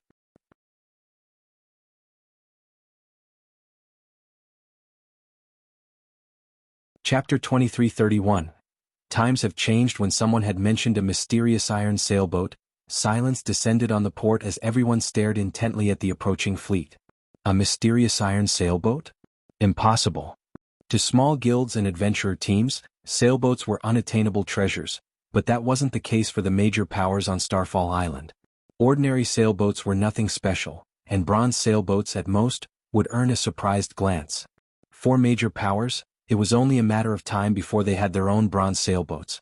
Many of them already had clues and information that would lead to bronze sailboats, and as long as they had the strength and were willing to put in the time and resources to follow these clues, it wouldn't be difficult to secure a bronze sailboat. Otherwise, so many powers wouldn't have acquired their own by now. However, mysterious iron-ranked sailboats were an entirely different story. Not one power had found a single clue pertaining to mysterious iron sailboats' locations, much less acquired one. Although there was only one rank between a mysterious iron sailboat and a bronze sailboat, the difference between the two boats' strength was like the difference between heaven and earth. A bronze sailboat had slightly stronger defense and firepower than an ordinary sailboat, but at mysterious iron rank, its defense would undergo a qualitative transformation. At that point, a sailboat could block Great Lord-ranked sea monsters' attacks without losing any durability. As players explored higher-level sea zones, they'd encounter Great Lord-ranked sea monsters more frequently. Coming across 2 or 3 Great Lords at a time might not be an issue, but even a bronze sailboat would lose some durability during a fight with 5 or 6 Great Lords. Without multiple ships, long journeys at sea would be impossible, as would exploring dangerous sea zones. Crap. It really is a mysterious iron sailboat. A mysterious iron sailboat. Our guild could practically move unhindered through a level 100 sea zone if we had one of those. Amazing. Whose fleet is that? They actually sent a mysterious iron sailboat to lead it. The various major powers couldn't help their shock and curiosity as they watched the gradually approaching storm sailboat. Aside from the up-and-coming superpower, Giant's Heart, they hadn't expected another power with the ability to field a mysterious iron sailboat to participate in this meeting on Starfall Island. The storm sailboat glided to a stop by one of the port's docks while the representatives quietly chatted amongst themselves. As Immortal Light's members stepped onto the dock, many players quickly recognized Sindhart. His arrival caused an instant sensation at the port. Sindhart? That mysterious iron sailboat belongs to Immortal Light? Impossible. How can a guild like Immortal Light have a mysterious iron sailboat? Our guild has thoroughly investigated Immortal Light. That guild doesn't even have a bronze sailboat, much less a mysterious iron sailboat. The various major powers that had cooperated with the Freedom Alliance for a while knew, more or less, details about their competitors, especially the powers that were on friendly terms with the Freedom Alliance's upper echelons.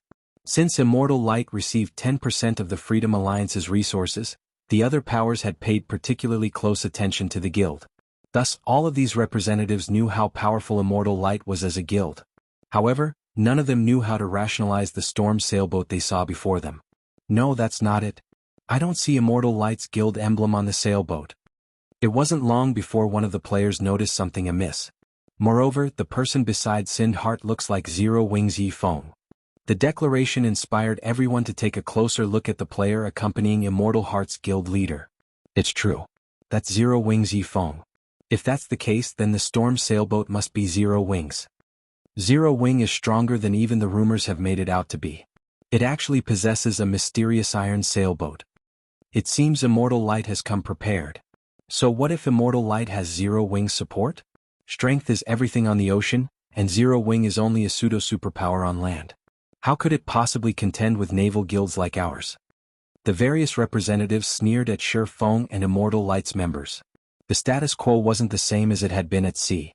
In the past, a powerful ship had been a significant asset to a power. After all, the various naval powers barely had enough ships to form a full fleet back then. However, even third-rate powers had their own fleets by now, not to mention first-rate powers. So, that's the rumored Zero Wing? I hadn't expected it to have a mysterious iron sailboat as well. It's no wonder why it dared to provoke war blood on Dragonheart Island, a tall, handsome man some distance away from the port stated. The man wore Giant's Heart's Guild emblem, and a hint of interest flashed in his eyes when he saw the Storm sailboat. A mysterious iron sailboat is quite powerful, but unfortunately, it'll at most offer some convenience when grinding sea monsters. A single mysterious iron sailboat isn't enough to affect the power struggle at sea, a blue-haired woman added indifferently. Moreover, Zero Wing has provoked Starlink, which Old Undying has nurtured. Its future is quite bleak. Although Zero Wing's Storm sailboat had indeed caused quite a commotion at Starfall Island's port, it was only a minor interlude to the Freedom Alliance's announcement regarding how it would redistribute its resources among its partners. Following which, the Freedom Alliance's members guided the various representatives to a reception room in the Freedom Alliance's residence on Starfall Island. Once everyone had arrived, the Freedom Alliance's 12 commanders entered and took their seats on the stage at the front of the room. These expert standards had clearly improved since the last time Shi Feng had attended one of the Freedom Alliance's meetings. This was especially true for the First Fleet's representatives, who sat in the center of the stage. Although the First Fleet had only sent 2 representatives, both were apex experts. The middle-aged man, the First Fleet's commander, was particularly powerful. The First Fleet's commander only looked to be around 40, but Shi Feng could sense a wild energy deep within the man. He felt like a veteran mercenary that had seen countless battlefields before. He was also a level 97 berserker. A young man with short hair stood behind the commander. The assassin youth radiated a chilling aura, and even Sindhart, who sat quite a distance away, felt an intense pressure from this youth.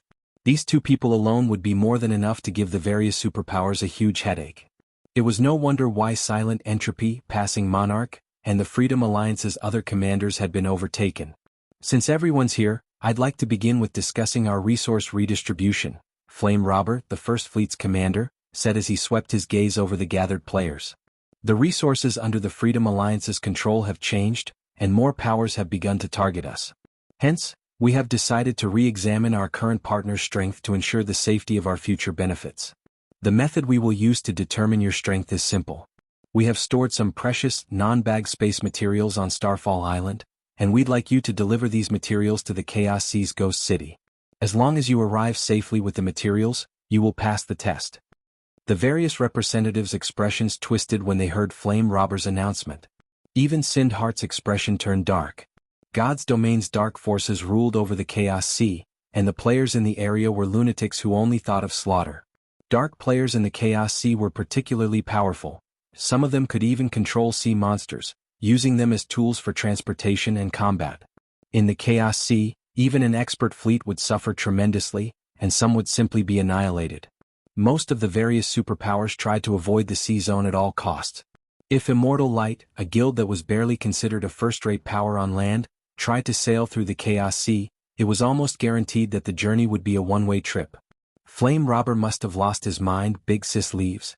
He actually set up such a brutal test. If we agree to this, we'll lose over 80% of our partners, including many of his own supporters. What is he thinking? A level 96 female cleric asked from her seat with the 4th Fleet's members. As far as she was concerned, Flame Robber's decision might weaken the other fleet's influence in the Freedom Alliance, but it would also weaken First Fleet's. No, he hasn't gone mad. I'm afraid that Passing Monarch will get hit the hardest with this decision, 100 Leaves, the 4th Fleet's current commander, said as she watched Passing Monarch, who wore a similarly ugly expression. At the same time, she couldn't help but applaud Flame Robber's determination. Passing Monarch's fleet consists of independent adventurer teams, none of which have any background or support from major corporations. Passing Monarch has gone to great lengths to strengthen Immortal Light as his supporter, but after this redistribution, he'll lose the guild. If that's the case, Passing Monarch might also lose his position among the top 5 fleets in the Freedom Alliance during the next resource competition. While most of the Freedom Alliance's fleet commanders celebrated passing Monarch's misfortune, the tall, handsome man from Giant's Heart, who sat with the other representatives, shifted his gaze toward Shifeng. What a pity. I had hoped I would get to see the power of a mysterious iron sailboat, but it seems that won't be the case, the handsome man said, sighing. I told you that a single ship means nothing at sea, the blue-haired woman said, rolling her eyes. Let's get moving. Once the sun sets, the Chaos Sea will become far more dangerous. Read latest chapters at Wuxia World. The handsome man fell silent and followed his companion out of the reception room. The other first-rate powers began to move as well. They might not be a match for the various naval superpowers and wouldn't survive a direct clash with the Chaos Sea's dark players, but if they were careful and lucky they could pass this test. Brother Yifeng, it seems this trip has been a waste of your time. I hadn't expected the Freedom Alliance to set up such a vicious test. However, I still intend to try. The Chaos Sea is the Dark Forces territory, but with how vast it is, I might be able to avoid dark players if I'm lucky, Sindhart said, gritting his teeth. The Freedom Alliance's resources were too important for Immortal Light to give up. He had to take this risk and try to pass the test. You don't need to take everything on yourself, Brother Hart. Zero Wing is Immortal Light's major shareholder, and this matter involves resources that my guild requires. Naturally, Zero Wing will participate as well, Shifeng declared, shaking his head. He then glanced at Flame Robber, who had stood and was about to leave the room. Flame Robber had certainly played his cards well. Unfortunately, he had chosen the wrong opponent.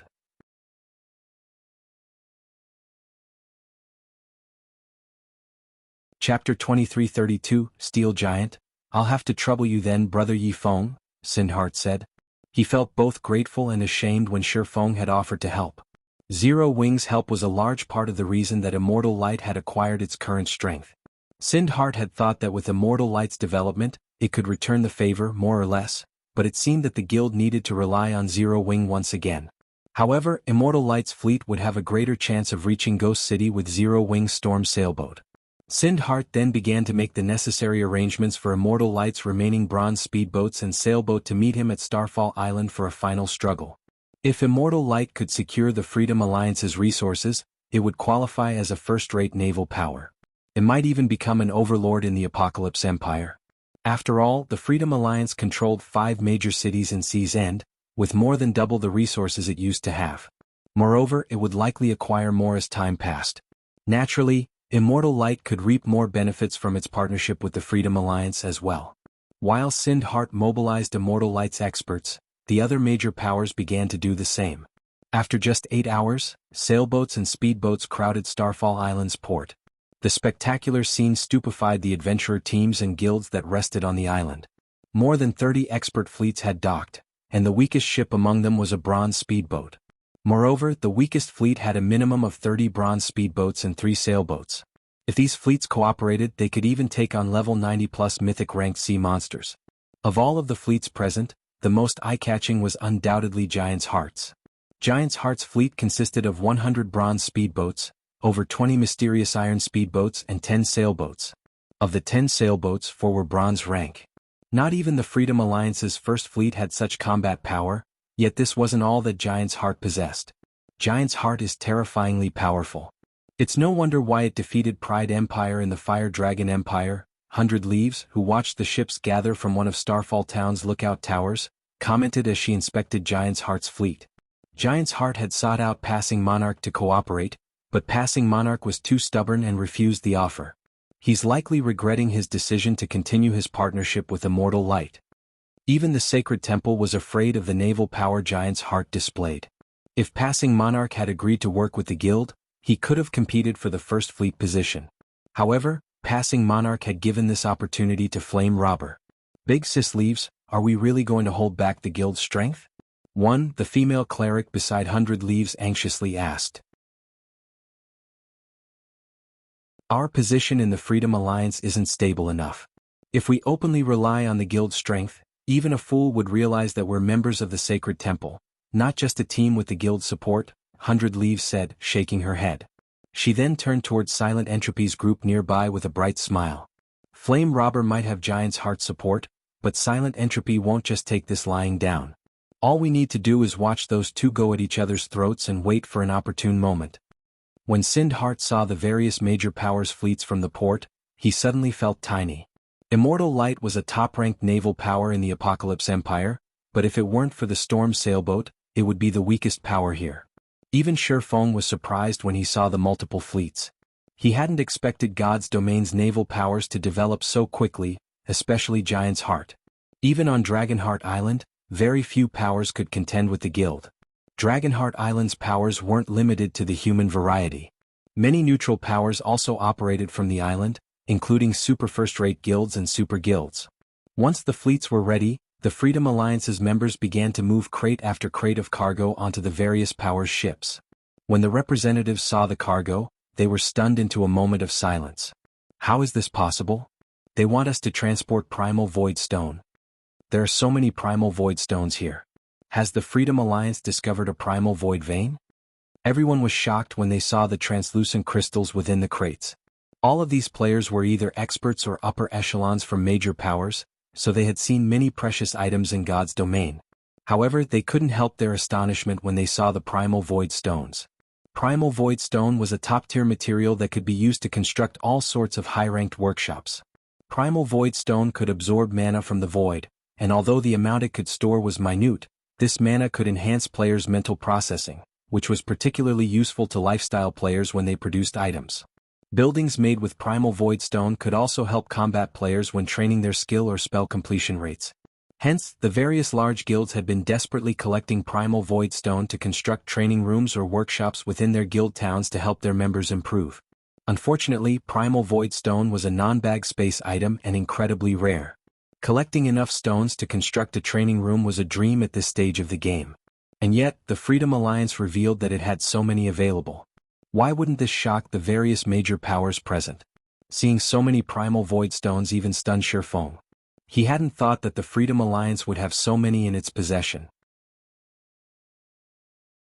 The various superpowers had treated buildings constructed with Primal Void Stone as sacred places for their players to improve skill or spell completion rates and craft items during his previous life. However, due to the scarcity of the stone, even those superpowers had only been able to construct a small number of buildings. Hence, the Superpowers Guild members had had exclusive access to these buildings, and some of these superpowers hadn't even given access to their low-ranked members. It's no wonder why they want us to head to Ghost City.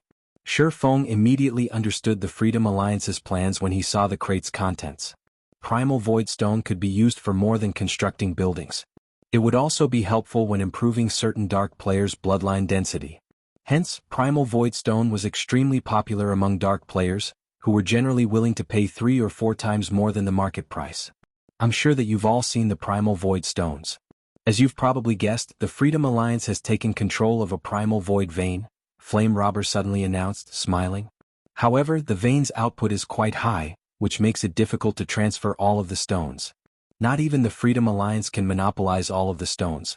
Thus, we wish to share our harvest with a sufficiently powerful partner. In return, the Freedom Alliance will only ask for half of the generated profits. Not only will this delivery test to Ghost City determine who qualifies to remain a partner with the Freedom Alliance, but we also hope to use the results to find a suitable collaborator for the Primal Void Veins products. Whoever among you delivers their shipment to Ghost City first will be invited to work with the Freedom Alliance regarding the Primal Void Vein. I do not believe any of our commanders are opposed to this, correct? As Flame Robber finished speaking, he glanced at the Freedom Alliance's fleet commanders beside him. Although he seemed as if he were asking for their opinions, he had no intention to negotiate. How despicable! Which commander would dare oppose such an idea under such circumstances? The female cleric behind 100 Leaves quietly cursed. Flame Robber was clearly trying to hand the share of the Primal Void Vein to Giant's Heart. Silent Entropy, who had seemed relatively calm, revealed an ugly expression. On the other hand, the other commanders silently celebrated the decision. The Primal Void Vein's harvest would be distributed according to rank, with the first and second fleets gaining the most benefits. The remaining fleets would only acquire a small percentage of the goods, so it didn't really matter if they shared the harvest with a foreign power. This distribution would only harm the top-ranked fleets. None of the various major powers voiced any complaints. Even a fool could tell that Flame Robber was trying to ensure that Giant's Heart received these resources. Anyone that objected now would be setting themselves up for the Freedom Alliance to sever their relationship. Since none of his fellow commanders had anything to say, Flame Robber announced the beginning of the test. Like a raging tide, the various major powers' fleets swarmed toward the Chaos Sea. They all wanted to reach Ghost City by nightfall. Not only would the Chaos Sea's dark players have more of an advantage at night, but more sea monsters would become active as well. We should go, Brother Yi Feng. As Sindhart watched the various fleets leave the port, he too felt an urgent need to move. Hold on a second. I have something I'd like to ask Commander Flame Robber before we leave, Shifeng said. Instead of hurrying as everyone else did, he turned to Flame Robber nearby and asked, Commander Flame, to acquire partnership rights for the Primal Void Vein, we only need to be the first to deliver our shipment of Void Stones to Ghost City, is that correct? Shifeng's question confused the fleet commanders and the representatives that lingered. Why is he asking such a question? Does he think this situation is unfair? What's unfair about it? Strength is everything in God's domain. If he thinks this is unfair, he can bring it up with Giant's heart. We watch as they beat this brat to death. He has helped Passing Monarch quite a bit in the past. Does he think Passing Monarch will do something to return the favor? All of the Freedom Alliance's commanders remembered Shifeng, especially Identical Summer, the original Second Fleet's commander. It was Shifeng's interference that he had fallen to the Fifth Fleet position. Identical Summer wanted nothing more than watch Shifeng die. Passing Monarch, on the other hand, could only offer a bitter smile. Even Flame Robber was puzzled as to why Shifeng had asked such a question. Read latest chapters at Wuxia World. That's right. So long as you are the first to deliver your shipment of Primal Void Stones to Ghost City, you'll become the Freedom Alliance's partner regarding the Primal Void Vein, Flame Robber firmly stated. Then I can rest assured, Shifeng said, smiling before he walked toward the crates assigned to Immortal Light. Rest assured. Everyone's confusion grew as they watched Shifeng leave. They couldn't figure out what Flame Robber had said to assure him. Shifeng then moved to a clearing near Immortal Light's shipment. He placed a hand on his bag and began to chant an incantation. 2 seconds later, a crimson steel ship appeared above him. Even the storm sailboat looked insignificant compared to the gigantic steel beast. However, that wasn't what fascinated the players watching. What held their attention was the fact that this steel ship was floating above the ground.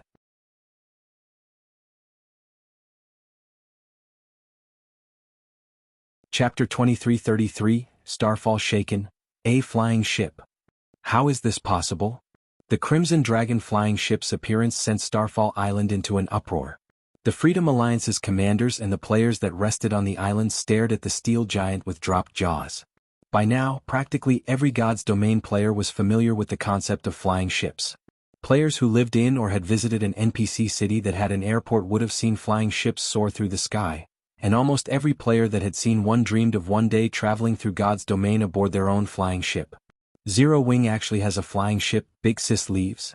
Short Clarity, the female cleric standing behind 100 Leaves, exclaimed, staring at the distant Crimson Dragon flying ship in astonishment. Am I dreaming?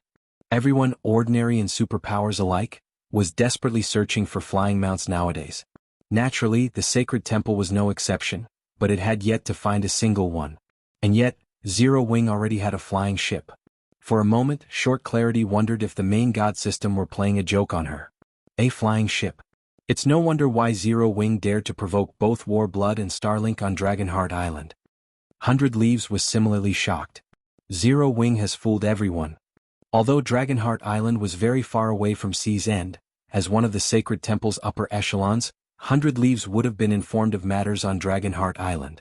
The Sacred Temple had launched a detailed investigation on Zero Wing.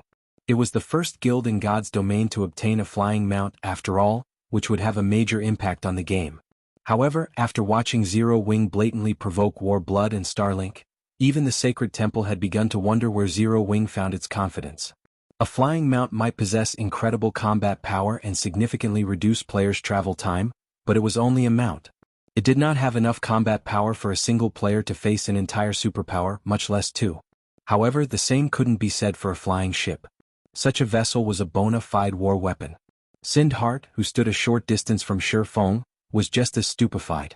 The two great experts behind him couldn't even piece a thought together as they stared at the Crimson Dragon flying ship. They had been able to accept the fact that Shifeng had the storm sailboat. The guild had revealed that it owned a bronze sailboat a long time ago, after all. It wasn't that surprising to learn that Zero Wing had a mysterious iron sailboat. But Shifeng had just pulled a flying ship from his bag. What was up with that? Meanwhile, Shifeng quickly loaded the primal void stones on the Crimson Dragon flying ship. Silence descended on the port as the nearby payers watched him do it. To everyone's surprise, the shipment that would require 3 sailboats to transport fit on the single Crimson Dragon flying ship. "Brother Hart, let's go," Shifeng called out once he finished transferring the crates. Shifeng's shout shook everyone from their stupor. Sind Hart replied with a stiff nod, robotically following Shifeng as he boarded the flying ship. Once Immortal Light's other members figured out what was happening, they scurried aboard the flying ship as well. As everyone watched, over 100 Immortal Light members took their places on the Crimson Dragon flying ship. From the flying ship's deck, Immortal Light's members noticed the spectators' envious gazes. At the moment they felt as if they had reached the peak of their lifetimes. Crap. Immortal Light's members are so lucky. They actually get to ride a flying ship. I wish I could ride the flying ship too. My friends would die from jealousy if they saw me on one. I knew I should have joined Zero Wing. The crowd at the port wanted nothing more than to drag Immortal Light's members off the Crimson Dragon flying ship and take their place, but when they saw the patrolling NPC soldiers, they abandoned the idea. Good. Let's set off. Once Immortal Light's members were on board, Shifeng piloted the Crimson Dragon flying ship, and it slowly ascended into the air. As the flying ship rose roughly a kilometer above the ground, he ramped up the engine. The flying ship transformed into a crimson blur as it shot forth, crossing 300 yards in the blink of an eye. It was far faster than an extraordinary flying mount. After a few short seconds, the Crimson Dragon flying ship vanished over the horizon. So, that was a flying ship? It's insanely fast. Giant's heart won't stand a chance against Immortal Light. Cool. That flying ship was so cool. No matter what, I've got to join Zero Wing. After watching the Crimson Dragon flying ship fly off, a commotion erupted among the independent players and Major Powers members on Starfall Island. They had all known that flying ships were powerful, but they hadn't expected the vessel to be this powerful. Speedboats and sailboats were little more than snails compared to a flying ship. Furthermore, the flying ship's capacity for non-bag space items was unbeatable. The remaining representatives on the island stared after the flying ship with wide, bulging eyes. They had never dreamed that a land-based guild would pull such a move against them. A flying ship. That's impossible. Players can't get their hands on such an item. Just how did Zero Wing do it? The blue-haired woman on one of Giant's Heart's bronze sailboats exclaimed, surprised and confused after watching the Crimson Dragon flying ship soar over Giant's Heart's fleet. The Sea God's realm was one of the strongest otherworlds.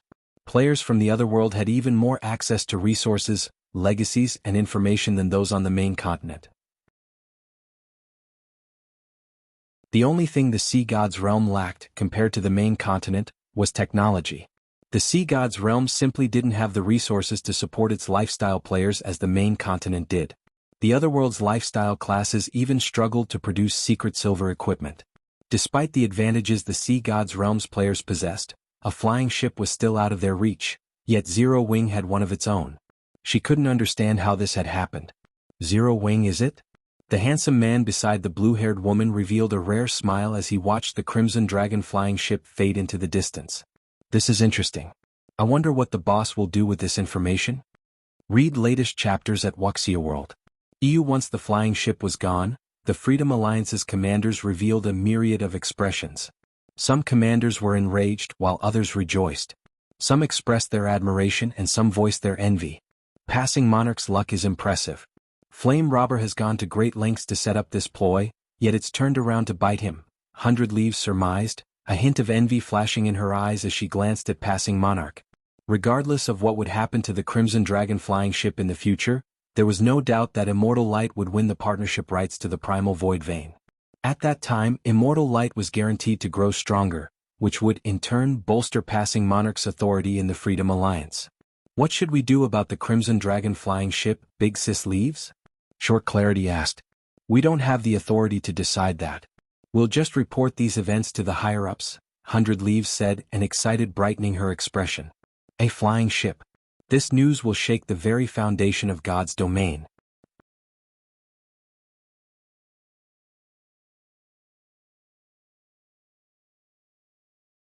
Chapter 2334, start of a new era. Shortly after Feng piloted the Crimson Dragon flying ship away from Starfall Island, the various major powers members frantically began to report to their superiors. At this point, none of them paid any mind to the Freedom Alliance's decision to re-evaluate its partners. After all, the appearance of a flying ship represented the start of a new era.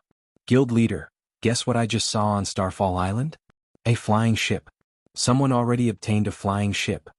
What? Don't believe me? I'll send you a video of it. You'll know once you see it. That flying ship is amazing. Excitement sparked among the independent players and various powers members on Starfall Island as they discussed the Crimson Dragon flying ship. When the various powers upper echelons received the reports, they lost their minds. Thus far they only knew of one flying mount in a player's possession right now, let alone a flying ship. How could someone have already obtained a flying ship? However, when these upper echelons saw the video clips from their subordinates, they were utterly dumbfounded. Passion, envy, greed. These emotions overwhelmed the various major powers' upper echelons as they watched the recordings of the Crimson Dragon flying ship. Almost immediately they ordered all-out investigations on Zero Wing. They were all determined to learn how Zero Wing had gotten its hands on the flying ship. Some powers even offered a reward of several epic weapons and equipment for any information related to the vessel on the public forums. When Feng saw the posts, the rewards even tempted him, and for a moment he even considered selling the information himself. While these major powers looked into Zero Wing and its Crimson Dragon flying ship, Feng's group reached the expansive Chaos Sea. The Chaos Sea was the Dark Forces territory, and the sea zone was a mess of chaotic and violent energy, which was harmful to normal players' mental states. It wouldn't affect dark players, however. Rather, it would strengthen them, which was why normal players tended to avoid the area. As a sea zone, the Chaos Sea was a dangerous place to grind. Once enemy players surrounded newcomers, there'd be nowhere to run for cover. The Chaos Sea was a forbidden land for normal players. The instant the Crimson Dragon flying ship crossed into the Chaos Sea, Sindhart and his companions felt an indescribable weight bear down on them. Their senses became less sensitive as well, which made it impossible to exhibit their normal combat power. So, this is the Chaos Sea? Sindhart was relieved he was aboard the Crimson Dragon flying ship as he gazed at the thin layer of fog that covered the ocean below. The Chaos Sea was far more dangerous than he had expected. The thin fog that covered the water wasn't actual fog, it was the physical manifestation of some kind of chaotic energy. This chaotic energy had a powerful influence on normal players. While surrounded by the fog, he could, at most, see up to 1,000 yards away. However, it wouldn't affect dark players in the slightest. In other words, dark players would discover normal players in the Chaos Sea long before normal players could realize they were being targeted. The dark players would have the initiative in battle, and normal players would have no way to escape. After a few minutes, Sindhart and the others noticed a group of players ganging up on a level 93 mythic ranked sea monster. Every one of those players rode an 8-meter-tall demonic creature into battle. Players had nicknamed these demonic creatures mini-sea monsters. The demonic creatures were incredibly powerful, with the weakest among them possessing the strength of a lord. The stronger creatures could even rival a great lord's strength. They were far more powerful than land mounts. Meanwhile, bombarded by the fierce attacks of several hundred demonic creatures, the level 93 mythic sea monster rapidly lost HP. Oceania demonic creatures might not have as much attack power as an actual ship, but they were easily more mobile. Moreover, they could easily tank a mythic sea monster's attacks with their high HPs and player-made armor. It was only a matter of time before the level 93 mythic sea monster fell. They're looking this way. They've discovered us. Thankfully we're flying. If we were sailing, they'd likely annihilate us. Immortalight's members felt an immense pressure bear down on them as they watched the dark players below. Even the lowest leveled player among those dark players was level 95, and they all radiated auras that were as strong as great lords of the same level. If these several hundred dark players attacked with their demonic creatures, they could likely decimate an entire expert fleet. Meanwhile, countless dark teams of their caliber filled the Chaos Sea. Just the thought of sailing through all of those players made their scalps tingle. Fortunately, Immortal Light's members rode Zero Wing's flying ship. Even if those dark players had noticed them, they couldn't do anything about it. The dark players could only stare as they flew away. The dark players fighting the mythic sea monster were even more shocked than Immortal Light's players. A flying ship? What's going on? I thought only one player in God's domain has found a flying mount thus far? How does someone already have a flying ship? They're not here to kill steel, are they? The dark players nervously watched the steel giant fly across the sky. They were all afraid that the vessel's pilot had set their sights on their team. Their team had gone to great lengths to locate this mythic sea monster, and they were banking on it to elevate their overall combat power so they could contest for better hunting grounds later. If that flying ship decided to steal the kill, they'd only be able to cry as they watched someone else claim their prey. None of them were afraid of a fight, but a battle was only worth fighting if they had a chance. Read latest chapters at Wuxia World. EUA flying ship was a war weapon and an overlord of the sky. Its combat power was on an entirely different level. Their demonic creatures wouldn't be much help either. Demonic creatures were quite mobile, but they had very few long-range attacks. If the Crimson Dragon flying ship stopped 400 or 500 meters above them and bombarded the team from there, they wouldn't have any means to retaliate. As the Crimson Dragon flying ship drifted out of sight, the dark players breathed a sigh of relief and continued their raid on the level 93 mythic sea monster with peace of mind. The Chaos Sea was large enough that it could contain multiple land-based empires. Even a bronze sailboat would need more than a day to travel from Starfall Island to Ghost City. However, the Crimson Dragon flying ship could complete the journey in several hours. As the city came into sight, Sindhart felt as if he were dreaming. You're tuning in to the Han Lee's Wuxia Adventures YouTube channel. We're so grateful for your support, and don't forget to subscribe to join us on this incredible journey through captivating stories. Your generosity through donations truly makes a world of difference, as it's the primary source of revenue that allows me to expand and enhance this channel for you. Thank you from the bottom of my heart for being a part of this adventure.